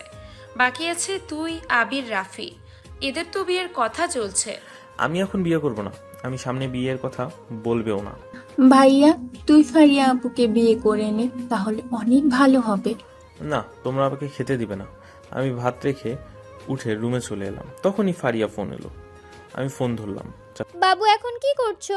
আমাকে বিরক্ত করা বন্ধ করো, এমনিতে আমার মাথা গরম হয়ে আছে। বাবু এত রাগ করলে হবে? আমাকে বিয়ে না করে যাবে কোথায়? চুপ, একটাও কথা বলবে না। আমি ফোন কেটে ফোন বন্ধ করে ঘুমিয়ে পড়লাম। পরের দিন সকালে চেম্বারে বসে রোগী দেখছি, হঠাৎ ফারিয়া রুমে ঢুকে পড়ল। স্যার, এই আপনার কোনো কথা না শুনে রুমের ভিতরে ঢুকে পড়ছে। আপু কি ভাবি বলো, আমি তোমাদের স্যারের হবু বউ। এখন যাও, আমার জন্য নাস্তা নিয়ে আসো। স্যার, কি করব? যাও, নিয়ে আসো, না হলে আমার মাথা ফাটিয়ে দিবে। তুমি এখানে কি করছো? আমি কতবার বলছি না তোমাকে বিয়ে করব না। আমি কিছু জানি না। তুমি ফোন বন্ধ করে রেখেছো কেন? সারা রাত তোমাকে ফোন করেছি। তোমার অত্যাচার না সহ্য করতে পেরে আমি ফোন বন্ধ করে রাখছি। আমাকে রোগী দেখতে দাও। আমি রোগী দেখতে শুরু করলাম। ফারিয়া আমার পাশে বসে আছে। ম্যাম, আপনার নাস্তা। ঠিক আছে, তুমি বাইরে যাও, এখন কাউকে আসতে দিবে না। ঠিক আছে। ফারিয়া নাস্তা খেতে শুরু করলো। তুমি খাবে? আমার ইচ্ছে নেই, তুমি নাস্তা করে বাড়িতে চলে যাও। আমাকে রোগী দেখতে দাও। বাড়িতে আসলে কয়দিন ঘোরাঘুরি করবে না, রোগী দেখতে শুরু করলে? আমার ইচ্ছা, তাই আমি রোগী দেখতে শুরু করছি। তাড়াতাড়ি খাওয়া শেষ করে নাও। আমি নীলকে বললাম রোগী পাঠিয়ে দিতে। রোগী ভিতরে ঢুকতে আমি অবাক হয়ে গেলাম। শুনলাম তুই নাকি বড় ডাক্তার হয়েছিস, তাই দেখতে এলাম। ভাবিস না আমার জামাইকে ছাড়িয়ে যেতে পারবি না। আপনি এই জন্য আমার কাছে এসেছেন? আমি তোর মতন ডাক্তারের কাছে দেখিয়ে মরবো নাকি? তুই আমার ছেলেকে থাপ্পড় মারছিস কোন সাহসে? আমার সাথে খারাপ ব্যবহার করছে, আপনাদেরকে শিক্ষা না দিলে চলবে না। তোর খবর আছে, আমি তোকে ছাড়বো না। এই যে চাচা, আপনি একজন ফরেনসিক ডাক্তারকে হুমকি দিচ্ছেন। সাগর চাইলে আপনি কিন্তু জেল খাটতে পারেন। এইসব শুনিয়ে আমাকে ভয় দেখিয়ে কোনো লাভ নেই। একটা কথা বলবেন না? আপনি যে গ্রামের লোকজনের জমি দখল করে নিচ্ছেন আমি সব জানি। আপনি গরিবদের গলায় পা দিয়ে ধনী হয়েছেন। আসলে আপনাদের মতো চোর এই এলাকায় নেই। কি বললি তুই? আমি জমি চুরি দখল করি? কি প্রমাণ আছে তোর কাছে? প্রমাণ যেদিন পাবো সেই দিন আপনাদের বাপ ছেলেকে জেলের খানি টেনে ছাড়বো। নীল, এই বদমাশ লোককে বের করে দাও। ঠিক আছে, আমি তোকে দেখে নিব। পানি খেয়ে মাথা ঠান্ডা করো। চেম্বারে এসে বদমাইশি করা বের করছি। আমি লোকজন লাগিয়ে রেখেছি। আমার হবু বরকে হুমকি? চুপ, তুমি একদম কথা বলবে না। আমার মাথা গরম হয়ে আছে। ফারিয়া, তুমি এখানে কি করবে? বাড়িতে চলে যাও। এমনিতে আমার মাথা কিন্তু ঠিক নেই। সে আর বুঝতে বাকি নেই আমার। আগামীকাল তাহলে দেখা হচ্ছে। আমি রোগী দেখতে শুরু করলাম। দুপুরে রোগী দেখা শেষ করে বাড়িতে এলাম। ভাইয়া, তোর চেম্বারে আজ কি হয়েছিল রে? তো কেন, কি হয়েছে? যা জানতে চাইছি তাই বল, বেশি কথা বলবি না। ফারিয়া এসেছিল, এসেই আমার সাথে ঝগড়া করতে শুরু করলো। তুই কথা ঘুরাচ্ছিস কেন? রিয়ার বাবার সাথে কি হয়েছে? বেয়াদবের মতো চেম্বারে ঢুকে উল্টাপাল্টা কথা বলতে শুরু করেছিল। আমি রেগে গিয়ে বের করে দিয়েছি। রিয়ার বাবা বলেছে তুই নাকি ঘাড়ে ধরে বের করে দিয়েছিস, এমনকি তাদেরকে চোর বলেছিস। বলেছি। চোরকে চোর বলবো না তো সাধু বলবো? তুমি জানলে কি করো? তোর আব্বুর সাথে রিয়ার বাবার দেখা হয়েছিল, সে এইসব কথা বলেছে। ও, একদিন যদি প্রমাণ পাই সেই দিন ওদের খবর আছে। আমি ফ্রেশ হয়ে খেতে শুরু করলাম। খাওয়া দাওয়া সেরে রুমে এসে শুয়ে পড়লাম। বিকালে ঘুম থেকে উঠে রাফি আর আবিরের সাথে দেখা করতে এলাম। আমাদের আজকের মতো প্যান্ডেলের কাজ প্রায় শেষ। আমাদের রান্না করার জন্য বাজার করতে হবে। তাহলে চল কয়জন মিলে বাজার করে নিয়ে আসি। কাজ সবাইকে ভাগ করে দিতে হবে। আমরা এখানে থাকছি, তোরা বাজার করে নিয়ে আয়, আর পুরস্কারগুলো নিয়ে আসিস। ঠিক আছে। আমরা কজনকে রেখে বাজার করতে এলাম। এক এক করে শেষ করে পুরস্কার নিয়ে সন্ধ্যায় ফিরে এলাম। বাজারগুলো রেখে স্কুলের মধ্যে এসে দেখি কাজ শেষ। সাগর, সবাই চা নাস্তা করতে চাইছে। টাকা নিয়ে গিয়ে কাউকে চা নাস্তা নিয়ে আসতে বলো। আচ্ছা। আবির, রিয়ার কোনো খোঁজ খবর পেয়েছিস? রিয়া কি এসেছে? বিকালে দেখলাম গাড়িতে করে বাড়িতে গেল। রিয়ার বাবা শুনলাম তোর সাথে ঝামেলা করেছিল। আমি কমে ছেড়ে দেননি। আমিও অনেকগুলো কথা শুনিয়ে দিয়েছি। ভালো করছিস। চা নিতে খেতে শুরু করলাম। হঠাৎ ফারিয়ার ফোন আসলো। কি হয়েছে? এত ফোন দাও কেন? আমার বাবুটা এখন কি করে? বিষ খাই। তুই খাবি? কি জন্য ফোন করেছো সেটা বলো। তোমার ফোন বন্ধ ছিল। রাকিব ভাই ফোন করে বলেছিল তোমার সাথে রাতে একটা মিটিং আছে। ও, কিসের মিটিং? বললো তো ল্যাবের বিষয়ে কথা বলবে। ঠিক আছে, আমি পরে মিটিংয়ে জয়েন করছি। এখন ফোন রাখো, তোমার সাথে কথা বলার মুড নেই। আমার সাথে থাকবে কেন? যা রিয়ার কাছে। তোকে ছেড়ে চলে গিয়েছে না। আমি ফোন কেটে দিলাম। রাতে বাড়িতে এসে মিটিং শেষ করে খাওয়া দাওয়া সেরে ঘুমিয়ে পড়লাম। পরের দিন সকালে ঘুম ভাঙলো কারো লাথিতে। আমি চোখ খুলে দেখি ফারিয়া দাঁড়িয়ে আছে। আমাকে লাথি মারলি কেন? তোকে আমি বদলি করে দেব। স্যারকে কেউ লাথি মারে? আমি মারি? কি বলবি তুই? আমাকে বদলি করে দিবি? আমাকে এমনি এমনি বদলি করতে পারবি না। তুই আমার বাড়ির স্যার না। আমাকে বিরক্ত করিস কেন? আমাকে আমার মতো থাকতে দে। দিতে পারি। তাহলে দিচ্ছ না কেন? আগে তোমাকে আমি বিয়ে করে নেই, তারপর তুমি যা ইচ্ছা তাই করো। ফারিয়া, আমি তোমাকে বিয়ে করব না। আমি চাই না আমার জন্য তোমার জীবন নষ্ট হয়ে যাক। আমি তোমার জন্য একটা ভালো ছেলে দেখে বিয়ে দিব। আমি তোমাকে বিয়ে করব, তোমাকে ছাড়া কাউকে বিয়ে করব না। তাড়াতাড়ি ফ্রেশ হয়ে আসো, আম্মু নাস্তা করতে ডাকছে। তোমার আম্মু এখানে কি করে আসলো? এটা আমার শ্বশুর বাড়ি, আর তুমি আমার হবু বর হলে তোমার আম্মু আমার আম্মু হয় না? তবে তোমার মজা দেখাচ্ছি। আমি উঠে দাঁড়ালাম, ফারিয়া দৌড়ে পালিয়ে গেল। আমি ফ্রেশ হয়ে এসে নাস্তা করতে বসলাম। বাবা, আজ রিয়া আসছে, দেখ আমরা কোনো ঝামেলা চাই না। আমি তো আছি, চিন্তা করবেন না। আমি নাস্তা শেষ করে রুমে এসে রেডি হয়ে বের হলাম। আমরা এসে দেখি প্রায় সবাই চলে এসেছে। রাফি, রিয়াকে দেখছি না, রিয়া কোথায়? হারামজাদা, এখনো পুরাতন প্রেম উতলে উঠেছে। থাপ্পড়ে তোর দাঁত ফেলে দিই। সাগর, আমরা তোর কাছ থেকে এমন আশা করিনি। রিয়ার খোঁজ করা বন্ধ কর। চুপ, একটা কথা বলবি না। আমি চুপচাপ বসে রইলাম। কিছুক্ষণ পর অনুষ্ঠান শুরু হলো। হঠাৎ আমার সামনে এসে রিয়া বসলো। তুমি এখানে কি করো? তোমার তো ছোটখাটো চাকরি, এখানে সবাই বড় ধরনের চাকরি করে। আমিও একই ব্যাচের, সবাই আমাকে নিয়ে আসলো, তখন কি করব? ওই দেখেছো নতুন গাড়ি, ওটা আমার বর কিনে দিয়েছেন। তোমার সাথে থাকলে সাইকেলে ওঠানো সম্ভব হতো না। আমি আর তোমার বরের মতো চাকরি করি না, আমার যা সামর্থ্য তাই হতে পারছি। সেটাই তো, আমার আপু ভালো কাজ করেছে তোমার সাথে না বিয়ে দিয়ে। তাদের মতো ভালো এই এলাকায় নেই। তাই তোমার আব্বু ভাইয়ের মতো ভালো মানুষ এই এলাকায় নেই। থাকবে বা কি করে এলাকায়? তাদের মতো চোর নেই তো, লোকের জমি দখল করে নেয়। ছোট লোক, তুই আমার আব্বুর ভাইকে চোর বলছিস? তোর সাহস কি করে হলো? চিল্লাবে না, আমি তোমার বয়ফ্রেন্ড বা স্বামী নই। থাপ্পড় দিয়ে দাঁত ফেলে দিব। চোরকে চোর বলবো না তো কি বলবো? তোকে আমি ছাড়বো না। ভালো মানুষদের চোর বলিস? ছোট লোক। রিয়া কথাবার্তা ঠিক করে বলবে। আমি না হয় ছোট্ট একটা চাকরি করি, তুই কি করিস? স্বামীর টাকা উড়াইস, নিজের সফলতা অর্জন করে অন্যকে বলিস। এই রিয়া, চুপ করে থাক। তোর মতো বেঈমান আমাদের ব্যাচে নেই। লোভের জন্য 4 বছর সম্পর্ক ইতি টানছিলি। আরিয়া, তুই চুপ করে থাক। তোর সাহস কি করে হলো আমাকে এইসব কথা বলা? আমার অধিকার আছে তাই। আমার হবু স্বামীর অপমান করলে আমারও অপমান। সবার শেষে ডেকে নেব আমাদের স্কুলের সবচেয়ে সফলতা অর্জন করা দুইজন, হাবিবুর আর ফারিয়াকে এখানে আসার জন্য অনুরোধ করা হলো। ধন্যবাদ স্যার। আজ আমরা হাবিবুরকে নিয়ে গর্ব করি। হাবিবুর একজন ফরেনসিক ডাক্তার, সিআইডি সদর দপ্তরের প্রধান। তার সহকারী আমাদের স্কুলের আরেকজন ছাত্রী, ফরেনসিক ডাক্তার। রিয়া, আমি ডাক্তার হওয়ার কথা শুনে অবাক হয়ে গেল। রিয়া কিছু বলতে পারছে না। তুমি আগে বলোনি হাবিবুর স্যার তোমাদের সাথে পড়াশোনা করে? আমাদের হাসপাতালে মাঝে মাঝে ল্যাবে আসে। আমি কি জানতাম নাকি ও ডাক্তার? আজ তো একটা বেয়াদব ছিল। কি সব যাতা বলছো? হাবিবুর আমাদের হাসপাতালে ইন্টার্ন করছে। তার মতো ভালো কেউ ছিল না। আমার কোনো সমস্যা হলে তার কাছে থেকে পরামর্শ নিই। একদম তুমি ওর সুনাম করবে না, চুপ করে বসে থাকো। স্যার আমার হাতে পুরস্কার তুলে দিল। এরপর সবাই খাওয়া দাওয়ার ব্যবস্থা করলাম। কি রিয়া, তোমাকে ভাত আরো দিব? নির্লজ্জ মতো আমার কাছে আসছিস কেন? আহারে, কষ্ট হচ্ছে তাই না? আমার সফলতা তোমার জন্যই হয়েছে। তুমি যদি ছেঁকা না দিতে আমি কিছুই করতে পারতাম না। তোমার স্বামীর চেয়ে আমার বেতন এখন দ্বিগুণ। ওই যে উঠো, আমি আর এখানে 1 সেকেন্ডও থাকবো না। তোমার বন্ধুদের সাথে পরিচয় করিয়ে দিবে না, বিশেষ করে হাবিবুর স্যারের সাথে? তুমি যাবে না, আমি চলে যাব। রিয়া খাওয়ার টেবিল থেকে উঠে রেগে মেগে চলে গেল। তার বড় তার পিছু পিছু যাচ্ছে।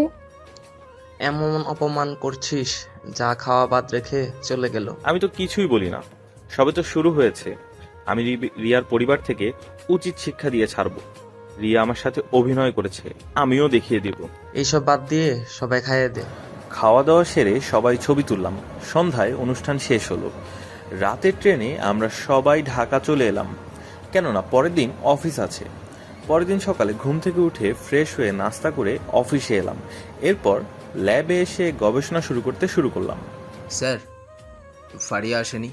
ফারিয়া তো ছুটিতে এসেছে, হয়তো 2 দিন পর চলে আসবে। ও, ফারিয়া বলল সকালে ঢাকা এসে পৌঁছেছে, তবে আসবে না, ছুটি শেষ করে আসবে। ও, আমাদের ল্যাবে নতুন যন্ত্রপাতি লাগবে, আপনি বাজেট পাস আর আমার কাছে দিবেন। আচ্ছা স্যার। চলো না আমরা দুইজন ফুচকা খেয়ে আসি।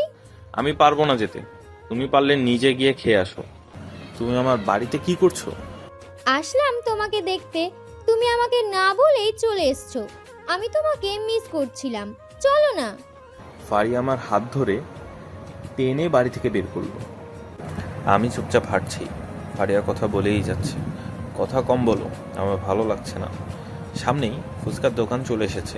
হুম। আমরা দুজন এসে বসলাম, এরপর ফুচকা অর্ডার করলাম। আমি আর ফারিয়া ফুচকা খাচ্ছি, হঠাৎ ফারিয়া, আমাকে ফুচকা খাইয়ে দাও, না হলে আমি খাবো না। আমি তোমাকে খাইয়ে দিব। অসম্ভব ব্যাপার, তুমি ফুচকা না খেলে আমার কি? আমাকে খাইয়ে দাও, আমিও তোমাকে খাইয়ে দিব বাবু। আমি পারবো না। যা আমার কাছে জোর করো কেন? আমি তোমাকে কিছু বলতে পারবো না। আমাকে না খাইয়ে দিলে আমি চিৎকার করতে শুরু করব। করো চিৎকার, তাতে আমার কি? ফারিয়া চিৎকার করে বলছে, আমাকে এইভাবে নিয়ে এসে আমার সর্বনাশ করছো। আমি এখন কোথায় যাব? চারিদিকে লোকজন আমাদের দিকে তাকাচ্ছে। আমি কিছুটা ভয় পেয়ে ফারিয়াকে ফুচকা খাইয়ে দিচ্ছি। তোমাকে ভয় না দেখালে আমাকে খাইয়ে দিতে নাকি? তাড়াতাড়ি খেয়ে নাও, আমার বাড়িতে যেতে হবে। ফুচকা খাওয়া শেষ করে বিল পরিশোধ করে হাঁটতে শুরু করলাম। হাত ছড়িয়ে নিয়ে যাচ্ছ কেন? আমি তোমার হাত ধরে হাঁটবো। তোমার লজ্জা করে না পরপুরুষের হাত ধরে হাঁটতে চাইছো? আমি হাঁটতে শুরু করলাম, হঠাৎ ফারিয়া লাফ মেরে আমার পিঠে উঠে বসলো। হাত ধরতে দিবে না? এখন আমাকে পিঠে করে বাড়িতে নিয়ে চলো। নামও বলছি, হাতির বাচ্চা। কে আমি তুলতে পারি বলো? আমার কষ্ট হচ্ছে। আমি নামবো না। আমি কষ্ট করে হাঁটতে হাঁটতে বাড়িতে ফারিয়াকে নিয়ে চলে এলাম। ফারিয়া বাড়িতে চলে গেল, আমি রুমে এসে ফ্রেশ হয়ে বসলাম। এইভাবে আর কতদিন? তুই বিয়ে করবি কবে? আমি বিয়ে করব না, তোমরা যত চেষ্টাই করো না কেন, আমি বিয়ে করব না। ফারিয়াকে যতই আমার পিছু লাগিয়ে দাও না কেন, এটা ভালো হয়নি। তোর আব্বুর সামনে বলতে পারবি তো তুই বিয়ে করবি না? আমার এখন ভালো লাগছে না, আমাকে একা ছেড়ে দাও। আম্মু চলে গেল, আমি রাতের খাবার খেয়ে শুয়ে পড়লাম। পরের দিন সকালে ঘুম থেকে উঠলাম কারোর ঠোঁটের স্পর্শে। আমি চোখ খুলে দেখি ফারিয়া আমার। রেগে মেগে ফারিয়াকে আমি একটা থাপ্পড় মেরে দিলাম। আমাকে মারলে কেন? দিন দিন আব্বু আম্মুর জন্য তোমার সাহস বেড়েই চলেছে। কোন সাহসে আমাকে লিপ কিস করো? আমি আমার হবু বরকে কিস করছি, তুমি এত চিৎকার করছো কেন? আমি তোর হবু বর, আমি কি বলছি তোমাকে বিয়ে করব? তুমি একদম আমার কাছে আসবে না। এখন আমার রুম থেকে চলে যাও, না হলে আমি কিন্তু আরো রেগে যাব। ঠিক আছে, চলো যাচ্ছি। আমি ফ্রেশ হয়ে নাস্তা করতে শুরু করলাম, হঠাৎ এসিপির ফোন আসলো। বলুন, কি সংবাদ? স্যার, আপনাকে দয়া করে একটা জায়গায় আসতে হবে। এখানে দুজন খুন হয়েছে। ঠিক আছে, আপনি লোকেশন পাঠিয়ে দিন, আমি চলে আসছি। Okay sir. আমি নাস্তা শেষ করে রেডি হয়ে গাড়ি নিয়ে চলে এলাম।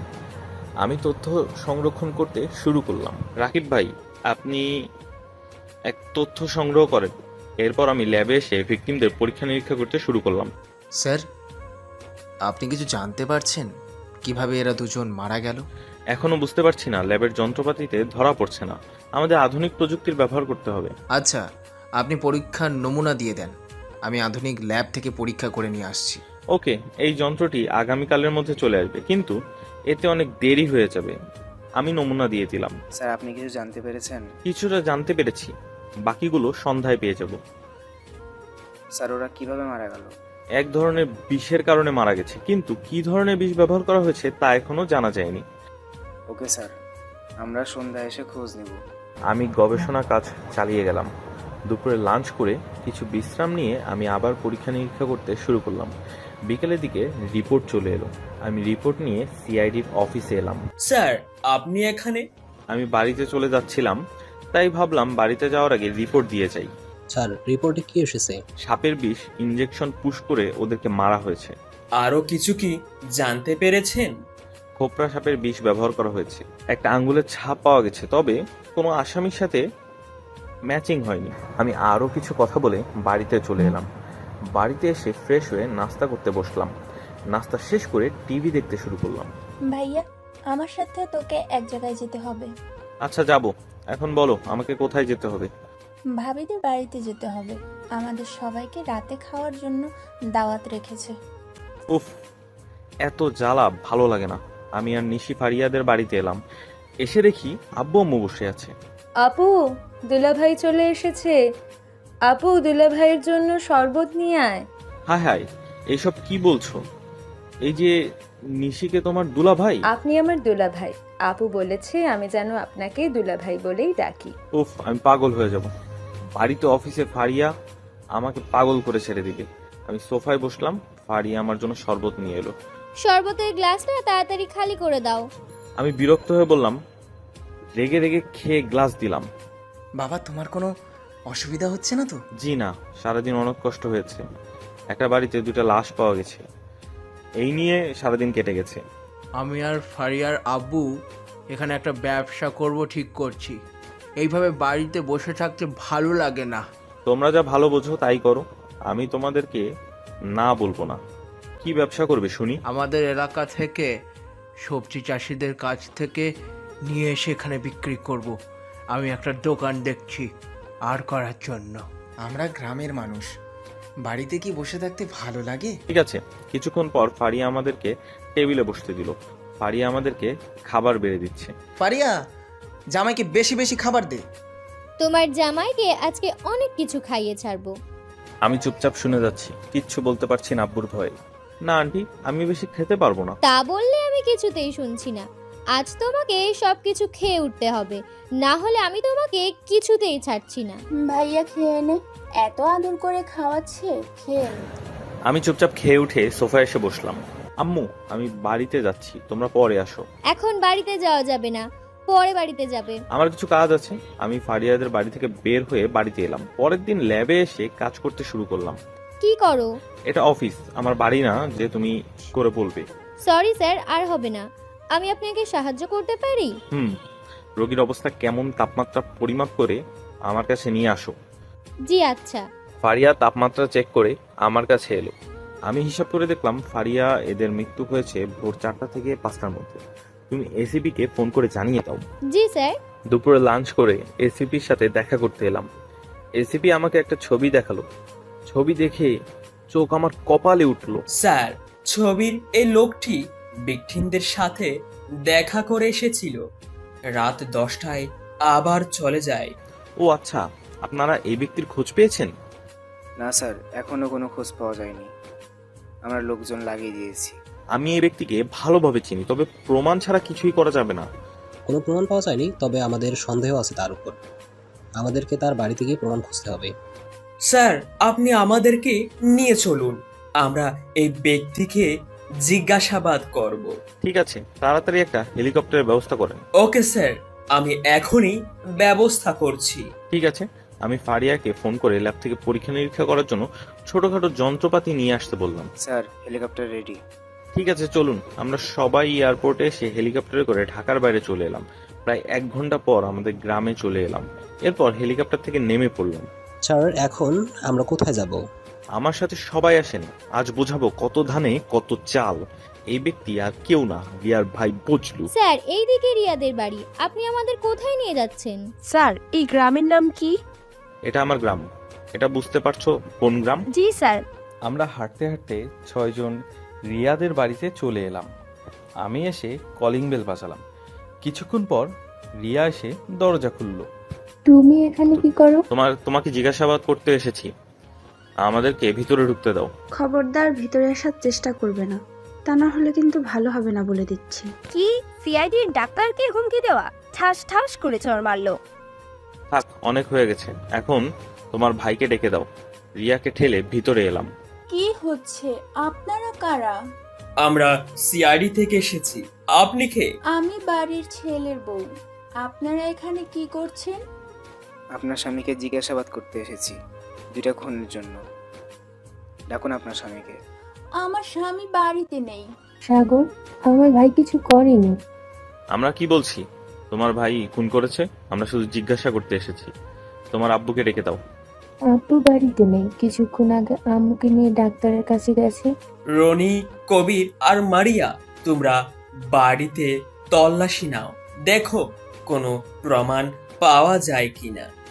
আমার ভাই কিছু করেনি, তাহলে কেন বাড়িতে তল্লাশি করবেন? রিয়া, তুই একটাও কথা বলবি না, না হলে আমাদেরকে বাধা দেওয়ার জন্য কিন্তু তোর ব্যবস্থা নেওয়া হবে। ফারিয়া, তুমি আঙ্গুলের ছাপ সংরক্ষণ করো। সবাই তল্লাশি চালিয়ে গেল, কিন্তু কোথায় কিছু পাওয়া গেল না। আপনারা এই ছবি দুটি ভালো করে দেখেন, এদেরকে চিনতে পারছেন? জি না, আমি কোনোদিন এদেরকে দেখিনি। আমিও। তাহলে আমরা চলি, খুব তাড়াতাড়ি আবার দেখা হবে। আমরা রিয়াদের বাড়ি থেকে বের হয়ে এলাম। স্যার, জিজ্ঞাসাবাদ না করে কিছুতেই আমাদের ফিরে যাওয়া উচিত না। ঠিক আছে, সবাই আমার বাড়িতে চলুন। আজ রাত থেকে আমরা আগামীকাল চলে যাব। তাহলে তো অনেক ভালো হয়। আমরা হাঁটতে হাঁটতে বাড়িতে এসে পৌঁছালাম, কিন্তু সমস্যা হচ্ছে তারা চাবি নেই। কবির দেখো তো, তালা ভাঙার জন্য কিছু পাও নাকি? Okay sir. কবির কিছু একটা দিয়ে তালা ভেঙে ফেললো। বাড়ির ভিতর ঢুকে লাইট অন করে দিলাম। ফারিয়া, তুমি সবাইকে চা বানিয়ে দাও, রান্নাঘরে সবকিছু রাখা আছে। আমাকে বলতে হবে না, এই বাড়িতে সবকিছুই আমার জানা আছে। চলুন ম্যাম, আপনাকে আমি সাহায্য করছি। আমি বাড়িতে ফোন করে বলে দিলাম আমরা গ্রামের বাড়িতে এসেছি। আমি চা খেয়ে বাজারে এলাম। স্যার, ম্যাম আর মারিয়াকে বাড়িতে রেখে এসেছি, কোনো সমস্যা হবে না তো? না ফারিয়া, আছে, কোনো সমস্যা হবে না। তবুও আমাদেরকে তাড়াতাড়ি বাজার করে বাড়িতে যেতে হবে। পাইলটকে ফোন দিয়ে বাজারে আসতে বলছি। আচ্ছা, বাজার করে কিছুক্ষণ পর বাড়িতে ফিরে এলাম। ফারিয়া আর মারিয়া রান্না করতে শুরু করলো। আমরা সবাই আড্ডা দিতে শুরু করলাম। হঠাৎ টিনের চালে কে বা কারা যেন ঢিল ছুটতে শুরু করলো। স্যার, এইসব কি হচ্ছে? ঢিল ছুটছে কারা? আমি তো কিছুই বুঝতে পারছি না, এমন তো কখনো হয়নি। আমাদেরকে এখনই বাইরে গিয়ে দেখতে হবে। আমরা সবাই বাইরে এসে দেখি কয়জন লোক দৌড়ে পালিয়ে যাচ্ছে। আমি বুঝতে পারছি না হঠাৎ ঢিল ছুটছে কারা। না স্যার, কাউকে ধরতে পারলাম না, অন্ধকারে সবাই পালিয়ে গেল। আমরা ভেতরে এসে বসলাম। কিছুক্ষণ পর খাওয়া দাওয়া সেরে সবাইকে রুম দেখিয়ে দিলাম। ফারিয়া, তুমি তোমার ম্যামের সাথে থাকো, তোমার রাতের অন্ধকারে ভয় নাই। কি আমি ভয় পাই? আমি মজা করে বললাম, রাতে জানালা বন্ধ করে রাখবে। বলা তো যায় না যারা ঢিল ছুঁড়ে মারছিল তারা কিছু করে দেয় যদি। Okay sir. আমি রুমে এসে শুয়ে পড়ল। কিছুক্ষণের মধ্যেই ঘুমিয়ে পড়লাম। পরের দিন সকালে নাস্তা করে আবার রিয়াদের বাড়িতে এলাম। আজ আবার আপনারা এসেছেন? এখনো জিজ্ঞাসাবাদ করতে বাকি আছে। আপনার ভাইকে ডেকে দেন। জি দিচ্ছি। রিয়া তার ভাইকে ডেকে নিয়ে এলো। তার আব্বু আমাদের সামনে চুপচাপ দাঁড়িয়ে আছে। আপনি এ ছবির দুইজনকে চিনতে পারছেন? মানে এটা আমার বিজনেস পার্টনার আর তার বউ। এদের এই অবস্থা হলো কি করে? এদেরকে সাপের বিষ ইঞ্জেকশন দিয়ে মারা হয়েছে। এখন বলেন, আপনি রাতে কি জন্য গিয়েছিলেন? তা সাইন নেওয়ার জন্য, আমাদের অফিসের নিয়োগের ব্যাপারে। আপনি কাউকে সন্দেহ করেন? এমন কে করতে পারে? শফিক খুব ভালো মানুষ ছিল, তার কোনো শত্রু থাকতে পারে জানতাম না। আপনাকে দরকার হলে আমরা ডেকে নিব, কোথাও যাবেন না। ফারিয়া, ওনার আঙুলের ছাপ নিয়ে নাও। আমার ছেলে নির্দোষ, তার আঙ্গুলের ছাপ নিবেন? সাগর, সাগর, তুমি কিন্তু তোমার ঝামেলাকে নিজেই টেনে আনছো। আপনি যা মনে করেন যেটা আমার কিছু না। আমি আমার কাজ করছি। আঙুলের ছাপ নিয়ে আবার হেলিকপ্টার করে ঢাকায় চলে এলাম। স্যার, আঙুলের ছাপ মিসিং হয়েছে একটা সন্ত্রাসীর। খুবই ভালো কাজ। এসিপিকে বলেন আসেন। আমি আমার মতো করে গবেষণা করতে শুরু করলাম। বিকেলের দিকে বাড়িতে এলাম। তুই এইসব কি করছিস? নিজের শত্রুতাকে ব্যবহার করছিস কেন? কেন, কি হয়েছে? রিয়ার আব্বু আমার কাছে ফোন করে অনেক কিছু বলছে, এমনকি হুমকিও দিয়েছে। তুই নাকি ওনার ছেলেকে খুনের দায়ে ফাঁসাচ্ছিস। দেখো, আমি আমার কাজ করছি। তাদের সাথে ব্যক্তিগত শত্রুতা। 2টা খুনের ব্যাপারে জিজ্ঞাসাবাদ করতে গিয়েছিলাম মাত্র। তবু এমন কিছু করিস না। আমাকে কাজ করতে দাও। সে যদি অপরাধ করে শাস্তি পাবে, যদি অপরাধ না করে শাস্তি পাবে না। আমি ফ্রেশ হয়ে চলে গেলাম। আমি ফ্রেশ হয়ে নাস্তা করতে বসলাম। ভাইয়া, আমার পিৎজা খেতে ইচ্ছা করছে। আমি অনেক ক্লান্ত, আমি এখন বাইরে যেতে পারবো না। চল না ভাইয়া। আমাকে বিরক্ত করিস না। আমি অনলাইনে অর্ডার করে দিচ্ছি, বাড়িতে এসে পিৎজা দিয়ে যাবে। তাহলে 6টা পিৎজা অর্ডার দে। আমরা তো 4 জন বাকি, 2টা পিৎজা কি হবে? না, এত পিৎজা খাওয়া যাবে না। আরে ভাবি আর নিধির জন্য। আমি ভাবিকে ফোন করছি তাহলে। নিশি, আমার কথা শোন। কে শোনে কার কথা? নিশি চলে গেল। আমি বাধ্য হয়ে পিৎজা অর্ডার করলাম। কিছু পর ফারিয়া আর নিশি এসে হাজির। বাবু কি করো? গাঁজা খাই, তুমি খাবে? রাগ করছো কেন? আমি দেখছি তুমি টিভি দেখছো। তাহলে জিজ্ঞাসা করছো কেন আমি কি করছি? তোমার কি চোখ কানা হয়ে গেছে? যাও তো, আমাকে বিরক্ত করো না। কোথায় যাব?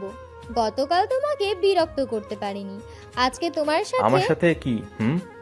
বেয়াদব মেয়ে কোথাকার।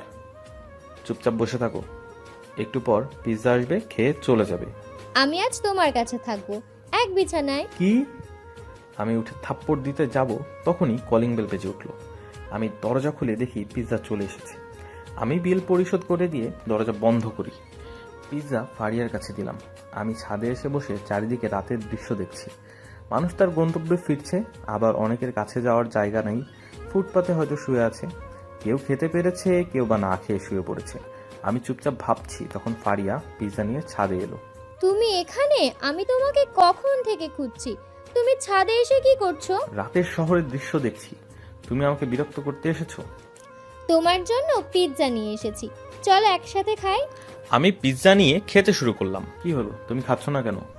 আমাকে খাইয়ে দাও, আমি তোমার হাতে খেতে খুব পছন্দ করি। আমি পারবো না, পারলে নিজে খাও। আমি আমার মতো খেতে শুরু করলাম। কিছুক্ষণ পর ফারিয়া নিজেই খেতে শুরু করলো। অনেকক্ষণ পর ছাদ থেকে নেমে যাওয়া খাওয়া দাওয়া করে সেরে রুমে এসে শুয়ে পড়লাম। পরের দিন ল্যাবে এসে আমার মতো কাজ করতে শুরু করলাম। কিছুক্ষণ পর এসিপি এলো। স্যার, আপনি কিছু জানতে পেরেছেন?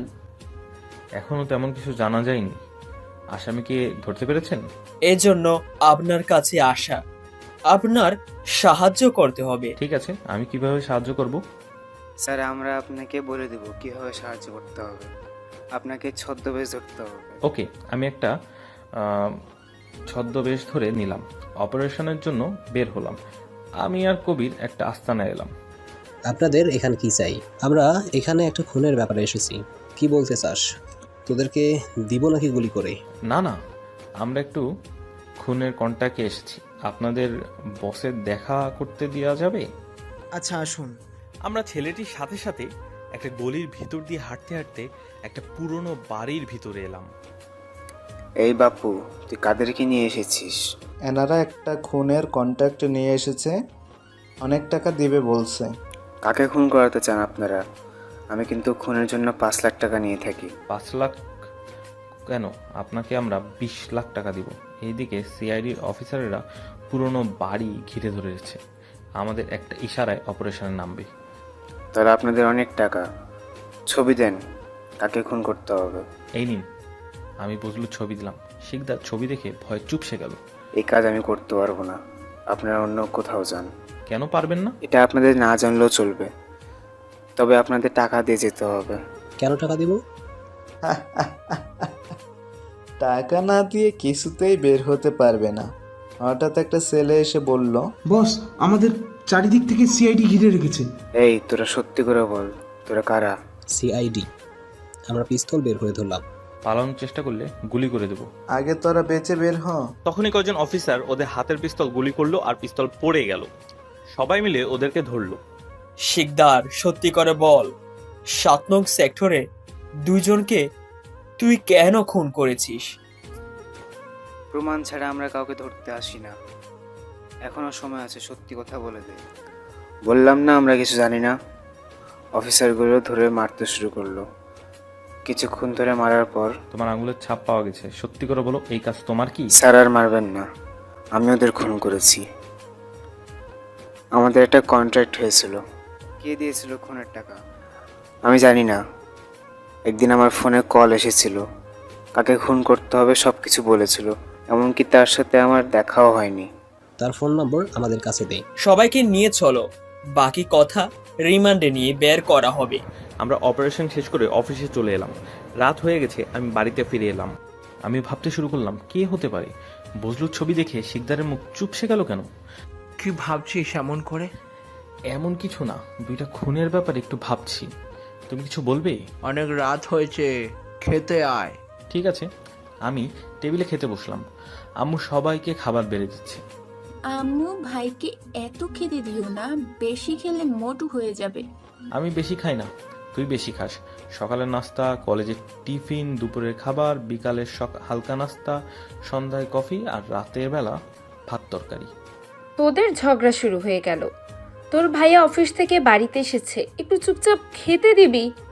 তা না, আমি তো ভাইয়ার সাথে ঝগড়া করি, ভাইয়াও তো কম যায় না। চুপচাপ খেয়ে নে। আমি তাড়াতাড়ি খেয়ে রুমে এসে শুয়ে পড়লাম। কিছুক্ষণ পর ফারিয়ার ফোন এলো। এত রাতে ফোন দিয়েছো কেন? তোমার খোঁজ খবর নেওয়ার জন্য। আজ সারাদিন তুমি কোথায় ছিলে? একটা অপারেশনে গিয়েছিলাম। আমাকে বিরক্ত করো না, আমি এখন ঘুমাবো। ওকে বাবু, শুভরাত্রি। আমি ফোন কেটে দিয়ে ঘুমিয়ে পড়লাম। পরের দিন সিআইডি সদর দপ্তরে এসে খোঁজ খবর নিতে শুরু করলাম। রনি, কিছু জানতে পেরেছো? স্যারের ফোন নাম্বার থেকে অনেক কিছু জানা গেছে। এই ফোন নাম্বার আপনাদের গ্রাম থেকে এসেছে। এটা কার ফোন নাম্বার জানতে পেরেছো? এখনো কিছু জানতে পারিনি, আমরা সিম কোম্পানির কাছে মারিয়াকে পাঠিয়ে দিয়েছি। ঠিক আছে, কোনো প্রমাণ পেলে আমাকে জানাবে। আমি ল্যাবে এসে পরীক্ষা নিরীক্ষা করতে শুরু করলাম। স্যার, 2টা লাশ তাদের আত্মীয় স্বজন নিয়ে এসেছে। তুমি তাদেরকে সাইন করিয়ে লাশ 2টা নিয়ে যাও। রাকিব ভাই, আপনি ফারিয়ার সাথে যান। ঠিক আছে স্যার। আমি আমার মতো করে পরীক্ষা চালিয়ে যাচ্ছি। বজলুর আঙ্গুলের ছাপের সাথে ভিকটিমের বাড়ির কোনো আঙ্গুলের ছাপের মিলছে না। এটা কি করে সম্ভব? বজলু এই বাড়িতে গিয়েছিল, তাহলে তার আঙ্গুলের ছাপ পাওয়া যাচ্ছে না কেন? স্যার, মনে মনে কি বলছেন? বজলুর কোনো আঙ্গুলের ছাপের সাথে মিলছে না, এটি কি করে সম্ভব? আমাকে আবার খুনের জায়গায় ভালো করে দেখতে হবে। ঠিক আছে, আমাদেরকে এখনই যেতে হবে। আমি এসিপি স্যারকে ফোন করে বলছি আমরা খুনের জায়গা পরিদর্শন করতে চাই। আচ্ছা, কিছুক্ষণ পর আমরা চলে এলাম। সারা রুমে তল্লাশি করতে শুরু করলাম। আমি বেসিং এর পাশে ভালো করে চেক করলাম, কিন্তু কিছুই পেলাম না। তখন একটা ময়লা ফেলানো বাস্কেট দেখতে পেলাম। আমি এভিডেন্স খুঁজতে শুরু করলাম। আমি বাস্কেটের ভিতরে একটা হ্যান্ড গ্লাভস পেলাম। হ্যান্ড গ্লাভস দিয়ে কি কাজে ব্যবহার করা হয়েছে? ফারিয়া, তুমি এই গ্লাভসটা এভিডেন্সে বক্সে রেখে দাও তো। স্যার, এই সামান্য গ্লাভস দিয়ে কিভাবে তথ্য পাওয়া যাবে? তোমার কাছে সামান্য হলেও আমার কাছে একটা বড় প্রমাণ হতে পারে। তুমি কিছু খুঁজে পেয়েছো? না স্যার, কিছু পাওয়া যায়নি। আমাদের এখন ল্যাবে যেতে হবে। আমরা ল্যাবে সেই গ্লাভসের ছাপ মিল করতে শুরু করলাম। অনেকক্ষণ পর গ্লাভস থেকে আঙুলের ছাপ সংরক্ষণ করে বজলুর আঙুলের ছাপের সঙ্গে ম্যাচিং করতে শুরু করলাম। স্যার, আপনি কিছু জানতে পারছেন এই গ্লাভসে কার আঙুলের ছাপ আছে? বজলু পাওয়া গেছে। এই গ্লাভস দেখছো তো, হাতে পড়লে কিছুই বুঝতে পারবে না এটা হাতের ওপর গ্লাভস আছে। বজলু এটি কি জন্য ব্যবহার করেছে বুঝতে পারছি না। খুব সাধারণ উত্তর, বজলু চাইনি কোনো প্রমাণ থাকুক, কিন্তু বজলু ভুলে গ্লাভস ফেলে দিয়ে চলে গেছে। রাকিব ভাই, আপনি এসিবিকে গিয়ে বলুন গ্লাভসের ছাপ বজলু। Okay sir. আমি 1 কাপ কফি অর্ডার করলাম। কিছু পর কফি দিয়ে চলে গেল। আমি খেতে খেতে কম্পিউটারে কাজ করতে শুরু করলাম। রাকিব, তুমি এখানে? স্যার, আপনার কাছে পাঠালো। স্যার, ভিকটিমের বাড়ি থেকে একটা গ্লাভস পেয়েছিল, তার থেকে বজলুর আঙুলের ছাপ পাওয়া গেছে। কি? তাহলে খুনি বজলু? তাহলে দেরি না করে তাড়াতাড়ি ধরে নিয়ে আসেন এসপি স্যার। তাহলে আমি এখন আসি। আচ্ছা। আমি আমার মতো করে কাজ করে যাচ্ছি। তখনই আমি আমাদের গ্রামের নীলকে ফোন দিলাম। হ্যাঁ, বলেন। রিয়ার ভাই আর তার বাপের জন্য কোনো তথ্য পাওয়া গেছে? জি স্যার, আমি একটা ভিডিও পেয়েছি রিয়ার আব্বুর, উনি কীভাবে জোর করে জমি দখল করেছে। আরও কিছু পাইনি স্যার, 2টা খুনের ব্যাপারে জানতে পারছি। আমি লুকিয়ে লুকিয়ে ভিডিও করে রাখছি। আমার কাছে তাড়াতাড়ি ভিডিও 2টা পাঠিয়ে দাও। Okay sir. স্যার, আমার একটা চাকরির সুযোগ করে দেন, এইভাবে আর চলছে না। ঠিক আছে, সামনে সিআইডি নিয়োগ আছে, আমি আইজিকে বলে কিছু একটা ব্যবস্থা করে দেব। ধন্যবাদ স্যার। আমি ফোন কেটে দিলাম। নীল আমাদের অনেক সাহায্য করেছে, তার জন্য একটা কিছু ব্যবস্থা করতে হবে। আমি ভিডিও 2টি পাওয়ার সাথে সাথে এসিপির ফোনে পাঠিয়ে দিলাম। এসিপি তখন আমার কাছে ফোন দিল। স্যার, আপনি এই ভিডিও কোথায় পেয়েছেন? নীল নামের একজন পাঠিয়ে দিয়েছে, আমি তাকে কাজে লাগিয়ে দিয়েছিলাম। আপনি তাড়াতাড়ি এদের ধরে নিয়ে আসেন। আমি এখনই অপারেশনের ব্যবস্থা করছি। আমি ফোনে কথা বলা শেষ করে বাড়িতে যাওয়ার জন্য গাড়িতে উঠে বসেছি। তখনই ফারিয়া গাড়িতে উঠে বসলো। ভাই, গাড়ি। আপনি আমার দিকে এমন ভাবে তাকিয়ে আছেন কেন? তুমি আজ আবার আমার গাড়িতে উঠে বসেছো? তুমি কি শুরু করেছো বলো তো? আমি তোমার সাথে কিছু শুরু করিনি। আমাকে বিয়ে না করলে আমি কিছুতেই ছাড়বো না। তুমি আবার আপনি থেকে তুমিতে গেছো কেন? আমি তোমাকে বিয়ে করব না। এটা তোমার অফিস না যে আমি তোমাকে আপনি করে বলবো। কাকে বিয়ে করবে দেখা যাবে। অসহ্য একটা। যাকে সহ্য হয় তার কাছে যাও। তুমি আমাকে কিছু বললে নাকি? কিছু না। ভাই, এখানে গাড়ি রাখেন। এখানে গাড়ি রেখে কি হবে? আমরা তাড়াতাড়ি বাড়িতে যেতে হবে। চুপ, বেশি কথা না। গাড়ি থেকে নামো বলছি। ফারিয়া আমার হাত ধরে টেনে গাড়ি থেকে নামালো। ভাই, আপনি গাড়ি নিয়ে বাড়িতে চলে যান, আমরা পরে আসবো। আচ্ছা ম্যাম। হায় হায়, এটা তুমি কি করলে? গাড়ি বাড়িতে পাঠিয়ে দিলে। এখন আমি কিভাবে যাব? আমরা 2 জন রাতের আধারে হাত ধরে হাঁটতে হাঁটতে বাড়িতে যাব। মাঝপথে একটু থেমে 1 কাপ চা 2 জনে খাবো। ছি, এক চা দুজন খাবো? তুমি পাগল হয়ে গেলে নাকি? তুমি আমার হাত ধরে টানতে টানতে কোথায় নিয়ে যাচ্ছ? হাতির ঝিলে নিয়ে যাচ্ছি। এই সময় খুব ভালো লাগে, প্রেমিক প্রেমিকারা ঘুরতে আসে। দূর, আমি এর মধ্যে গিয়ে কি করব? আমার তো খেয়ে দেয়ে কাজ নাই। ফারিয়া আমাকে টানা হেঁচড়া করতে করতে নিয়ে গেল। ফারিয়া আমার হাত ধরে রেখেছে। হাতির ঝিলে এসে ভালোই লাগছে। কিছুক্ষণ ঘোরাঘুরি করে বাড়ির দিকে হাঁটতে শুরু করলাম। প্রায় 1.5 কিলোমিটার হাঁটতে হবে। আমি ফুচকা খাবো, চলো না, আমাকে ফুচকা খাইয়ে দেবে, চলো না। আমি তোমাকে খাইয়ে দিব? অসম্ভব। মামা, 2 প্লেট ফুচকা দেন তো। আমাকে খাইয়ে দিতে হবে। আমাকে খাইয়ে দাও না। একদম জেদ করবে না। আমাকে তুমি পেয়েছো কি? আমি তোমার বয়ফ্রেন্ড না যে তোমাকে খাইয়ে দিব? তুমি আমার হবু বর, তুমি খাইয়ে দিবে না তা কে খাইয়ে দিবে? আমি বাধ্য হয়ে ফারিয়াকে খাইয়ে দিচ্ছি। ফুচকা খাওয়া শেষ করে বিল পরিশোধ করে হাঁটতে শুরু করলাম। হঠাৎ ফারিয়া দাঁড়িয়ে পড়ল। কি হলো, দাঁড়িয়ে পড়লে কেন? আমি আর হাঁটতে পারছি না, আমাকে কোলে তুলে নাও না। আমি পারবো না। আমি একটা রিক্সা রাখছি, বাকি পথ রিক্সায় যাব। না না, হবে না, আমাকে কোলে নিতেই হবে।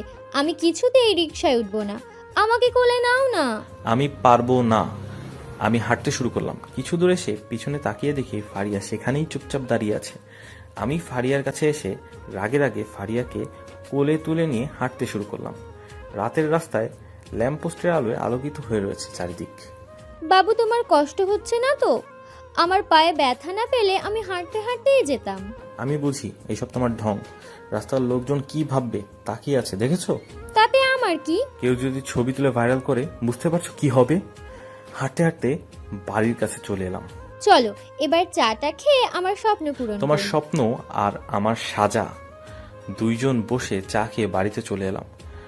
রুমে এসে ফ্রেশ হয়ে রাতে খাওয়া দাওয়া সেরে ঘুমিয়ে পড়লাম। পরের দিন সকালে ঘুম থেকে উঠে ফ্রেশ হয়ে কফি খাচ্ছি, তখন খবরের কাগজে চোখে পড়ল একটা ছবি। দেখে আমার চোখ ছানা বড়া হয়ে গেল। হায় হায়, এখন আমার মান সম্মান সব কিছু ধুলোয় মিশে যাবে। কোন শালার সাংবাদিক আমার আর ফারিয়ার ছবি ছেপেছে? আমি ফারিয়াকে কোলে তুলে নিয়ে রাস্তায় হাঁটছি। হঠাৎ সিআইডির প্রধান আমাকে ফোন দিল। আমি এসব কি দেখছি? আপনি আপনার সহকারীর সাথে অনৈতিক সম্পর্ক গড়ে তুলেছেন। আপনার জন্য আমাদের নাক কাটা যাচ্ছে। স্যার, আমি বুঝতে পারিনি এমনটা হবে। আমার ভুল হয়ে গেছে। আপনার সহকারীকে কোলে তুলে নিয়ে হাঁটার সময় তখন মনে পড়েনি পরে কি হবে? সাংবাদিকরা তো আমাদের পিছনে সবসময় পড়ে থাকে। ফারিয়ার সাথে কি সম্পর্ক তোমার? সত্যি করে বলো, না হলে তোমার উপরে অ্যাকশন নিতে বাধ্য হব। মানে স্যার, সত্যি কথা হচ্ছে মেয়েটা আমাকে ভালোবাসে, কিন্তু আমি পছন্দ করি না। আগামীকাল ফারিয়া পায়ে ব্যথা পেয়েছিল বলে আমি কোলে নিয়ে হাঁটছিলাম। তুমি অফিসে আসো, তোমাদের ব্যবস্থা হচ্ছে। এখন তোমরা সাংবাদিকদের কিভাবে সামলাবে সেটা বুঝো। আচ্ছা, আমি ফোন কেটে দিলাম। আমি ফারিয়ার উপর রেগে মেগে অস্থির হয়ে আছি। আমি নাস্তা করে অফিসে যাব, তখনই ফারিয়া এলো। আমি রেগে মেগে 2টা থাপ্পড় মেরে দিলাম। সরি, আমি বুঝতে পারিনি। আমি গতকাল তোমাকে বলেছি, কিন্তু একবারও বোঝার চেষ্টা করোনি। আমরা অফিসে আসতে কয়েকজন সাংবাদিক এসে ঘিরে ধরলো। আপনারা যদি রাস্তায় এমন করে বেড়ান তাহলে সাধারণ মানুষ কি করবে? আমরা জানতে আপনাদের মাঝে কি সম্পর্ক আছে। আপনি আপনার সহকারীর সাথে অনৈতিক সম্পর্ক গড়ে তুলেছেন। এখন বলেন আপনাদের মাঝে কি সম্পর্ক? অনেক হয়ে গেছে, আপনারা কি সব প্রশ্ন করছেন? ওনার সাথে আমার কেন অনৈতিক সম্পর্ক থাকবে? উনি আমার ছোটবেলার ফ্রেন্ড। এছাড়া আমাদের 2 বাড়ি থেকে বিয়ে ঠিক করা আছে। আমাদের বিয়ে 1 সপ্তাহ পর। আমি মনে মনে বলছি, হায় হায়, এই মেয়ে বলে কি? আমাদের বিয়ে তাও 1 সপ্তাহ পর। এখন দেখি সে সুযোগের সদ্ব্যবহার করছে। আমি সাংবাদিকদের বললাম, আপনাদের এমন রিপোর্ট করা উচিত হয়নি। আগে জানবেন, পরে লিখবেন। আমি আপনাদের সাথে আর কথা বলতে চাই না। এই বলে আমি অফিসে ঢুকে পড়লাম এবং দারোয়ান তাড়াতাড়ি দরজা বন্ধ করে দিল। আমি ফারিয়াকে বললাম, ফারিয়া, তুমি এটা কি করলে? কি করেছি আমি? সাংবাদিকদের সাথে আমি সত্য কথা বলেছি। আমাদের বিয়ে 1 সপ্তাহ পর। কে বলছে আমি তোমাকে বিয়ে করবো আর 1 সপ্তাহ পর? বলছো ভালো কথা, হারামজাদাগুলোদের সামনে কেন বলতে গেলে? তোমার সাথে সুযোগের সদ্ব্যবহার করলাম। আমি রেগে মেগে আমার রুমে এসে বসে রইলাম। তখন হঠাৎ রিয়াজের ফোন এলো। তোমরা সাংবাদিকদের উচিত শিক্ষা দিয়েছো। তোমাদের বিয়ে, আর আমাকে আগে বললে না কেন? আসলেই আমি নিজেই জানতাম না যে আমাদের দুই ফ্যামিলি থেকে বিয়ে ঠিক করে রাখছে। এবার কিছু কথা বলে স্যার ফোনটা কেটে দিল। ফারিয়ার একটা মিথ্যার জন্য আমার জীবনটা শেষ হয়ে যাচ্ছে। বিকেলের দিকে খবর পেলাম রিয়ার আব্বু আর ভাইকে ধরে নিয়ে এসেছে। আমি সিআইডির অফিসে এসে দেখি রিয়া আর তার স্বামী বসে আছে। রিয়া, তোমরা কি করো? আমার আব্বু ভাইকে নিতে এসেছি। আমার আব্বু আর ভাই নির্দোষ, তুমি ওদেরকে ফাঁসিয়েছ আমাদের সাথে তোমার ব্যক্তিগত শত্রুতার জেদ ধরে। তুমি একদম ভুলভাল কথা বলবে না। তোমার আব্বু আর ভাই যে কতটা ভালো মানুষ তা কারোর জানতে বাকি নেই। আমি রনিকে ভিডিও দেখাতে বললাম। রিয়া আর তার স্বামী ভিডিও দেখে চুপচাপ হয়ে রয়েছে। কি হলো? তুমি বলছিলে তোমার আব্বু আর ভাই নির্দোষ, তাহলে এখন চুপ কেন? রিয়া আজ নিজের দোষ বুঝতে পেরেছে। সে আমাকে একটা কোণে ডেকে নিয়ে এসে বলল, আমি তোমার প্রতি অনেক অন্যায় করেছি, পারলে আমাকে মাফ করে দিও। আজ আমি একজন খুনি, চোরের ঘরের সন্তান। আমি রিয়াকে আর কিচ্ছু বললাম না। রিয়া ওখান থেকে চলে গেল। আমরা ফারিহার আম্মু আব্বুর সাথে কথা বলেছি, 1 সপ্তাহ পর তোদের বিয়ে। কিসের বিয়ে? আমি ওকে বিয়ে করতে পারবো না। তোরা মিডিয়ার সামনে বলেছিস তোদের বিয়ে 1 সপ্তাহ পর। এখন বিয়ে না করে যাবি কোথায়? মিডিয়ার লোক তোদের ছেড়ে দেবে? আমরা সবাই তোর খারাপ চাই না, তুই ফারিয়াকে বিয়ে করে নে। আমি আর কিছু না বলে রুমে চলে আসলাম। হঠাৎ রিয়াদ স্যারের মেইল পেলাম। তিনি আমাকে জানালেন যে আমাদের নাকি 10 দিনের ছুটি মঞ্জুর করা হয়েছে এবং তিনি নাকি আমাদের বিয়ের কার্ডও পেয়েছেন। আমার তো মাথায় আকাশ ভেঙে পড়ল। কিছুক্ষণ পর আমি নিচে গেলাম।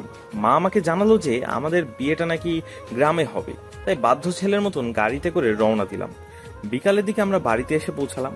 সারা রাস্তা আমি একটাও কথা বলিনি। আমি ফ্রেশ হয়ে বসতে নিশি আমাকে চা দিয়ে গেল।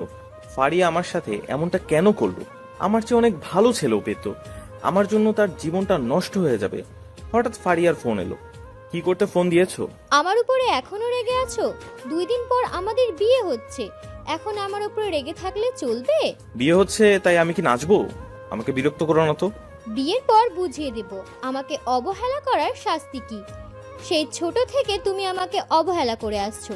যখন জানতে পারলাম তুমি রিয়াকে ভালোবাসো, আমি তোমাকে আর বিরক্ত করিনি। নিজে অনেক কষ্টে থেকেছি, কাউকে বুঝতে দেয়নি। যখন জানতে পারলাম রিয়া তোমার সাথে প্রতারণা করেছে, তখন আমি আবার তোমার কাছে এসেছি। আমি হাল ছেড়ে দেওয়ার পাত্রী নই। তুমি যদি আমাকে এইবার না গ্রহণ করো, তাহলে আমি হয়তো মরেই যাব। আমাকে তুমি এত অবহেলা করো কেন? তোমার কষ্টটা কষ্ট, আর আমার কষ্টটা কষ্ট না? আমার চেয়ে তুমি ভালো ছেলে পাবে। আমি চাই না তুমি আমার কষ্টের জীবনে আসো। আমি তোমাকে ছাড়া কাউকে চাই না। তুমি যদি আমাকে বিয়ে না করতে আসো, তাহলে আমি বিয়ের আসরেই বিষ খেয়ে আত্মহত্যা করব, আর তার দায়ী তুমি থাকবে। আমি আর কিচ্ছু বললাম না। ফোনটা কেটে দিয়ে শুয়ে পড়লাম। সকালে উঠে দেখি রাফি, আবির সবাই এসেছে। পরদিন সকালে ঘুম থেকে উঠে আমি কাউকে কিছু না বলে বাড়ি থেকে বের হয়ে আসলাম। সবাই আমাকে খুঁজতে লাগলো। আমি গ্রামের মাঠের শেষ প্রান্তে বসে আছি আর ভাবছি আমি কি সত্যি ফারিয়ার সাথে খারাপ করেছি। ফারিয়া বলেছিল আমি যদি বিয়ে করতে না যাই তাহলে আত্মহত্যা করবে, আর তার দায় সম্পূর্ণ আমার। এদিকে কেউ আমাকে কোথাও খুঁজে পেল না। আবির, তোমরা আবার খুঁজে দেখো, পাও কিনা। ভাইয়া, আর খুঁজতে হবে না, ভাবি আত্মহত্যা করেছে। ভাইয়া বিয়ে করতে যাবে না শুনে আত্মহত্যা করেছে। এই কথা শুনে গাড়ি নিয়ে ফারিয়াদের বাড়িতে চলে গেলাম। এইদিকে আমি ভেবে সিদ্ধান্ত নিলাম ফারিয়াকে বিয়ে করব। না, আর দেরি করা যাবে না। ফারিয়া না হলে কিছু একটা করে দিবে। আমি বসা থেকে উঠে দৌড়াতে দৌড়াতে বাড়িতে এলাম, কিন্তু কি বাড়িতে কেউ নেই কেন? সবাই কোথায়? আমি নীলকে জিজ্ঞাসা করতে নীল আমাকে গাড়ি করে ফারিয়াদের বাড়িতে নিয়ে আসলো। ফারিয়াদের বাড়িতে এত লোকের ভিড় দেখে আমি কিছু বুঝতে পারছি না। আমি ভিড় ঠেলে গিয়ে দেখি একটা খাটে একটা লাশ শুয়ে আছে, পাশে সবাই কান্নাকাটি করছে। আমি লাশের মুখে কাপড় যেই তুলেছি, তখনই আমি চিৎকার করে উঠলাম, ফারিয়া, তুমি আমাকে ছেড়ে চলে যেতে পারো না? বিয়ে করতে আসতে দেরি হয়েছে বলে তুমি আমাকে ছেড়ে চলে যেতে পারো না? আমার চিৎকার শুনে আব্বু আম্মু দৌড়ে এসে বলল, বাবা, তুই ঘুম থেকে উঠে এমন করে চিৎকার করে উঠছিস কেন? এসির ঠান্ডায় তুই এত ঘেমে গেছিস কেন? আম্মু, ফারিয়া আত্মহত্যা করেছে, ওরা ফারিয়াকে নিয়ে চলে যাচ্ছে। কি সব আবল তাবল বকছিস? তুই মনে হয় স্বপ্নে দেখছিলি। ও, তোমরা বাইরে যাও, আমি ফ্রেশ হয়ে আসছি। আমি বেড থেকে উঠে ফ্রেশ হয়ে খেতে এলাম। আমি নাস্তা শেষ করে বাইরে এসে দেখি সবাই কাজ নিয়ে ব্যস্ত হয়ে আছে। সকালের মধ্যে লোকজন বাড়িতে ভরে গেল। দুপুর দিকে গোসল শেষ করে বিয়ে করতে বের হলাম। ফারিয়াকে আর কষ্ট দেওয়া যাবে না। বিয়ের কাজ সম্পন্ন করে সন্ধ্যায় বাড়িতে ফারিয়াকে নিয়ে এলাম। রাত্রে রাফি, মামুন, আবির এদের জোড়াজুড়িতে আমাকে 50,000 টাকা দিয়ে ঘরে ঢুকতে হলো। আমি দরজা খুলে ভিতরে ঢুকে দরজা বন্ধ করে দিলাম। ফারিয়া এসে আমাকে পায়ে ধরে সালাম করলো। আমি ওকে তুললাম। তুমি আমাকে ধরবে না, আগে আমার মোহরানা দাও। কি জ্বালারে বাবা, আমি টাকা বের করে দিলাম। জানো, তুমি যদি আমাকে বিয়ে না করতে যেতে তাহলে আত্মহত্যা করতাম। আমি বিষ নিয়ে বসেছিলাম। পাগলামি করো কেন? আমি কথা দিচ্ছি আমি তোমাকে ছেড়ে কোথাও যাব না। অনেক ভালোবাসি তোমায়। আমিও তোমাকে অনেক ভালোবাসি।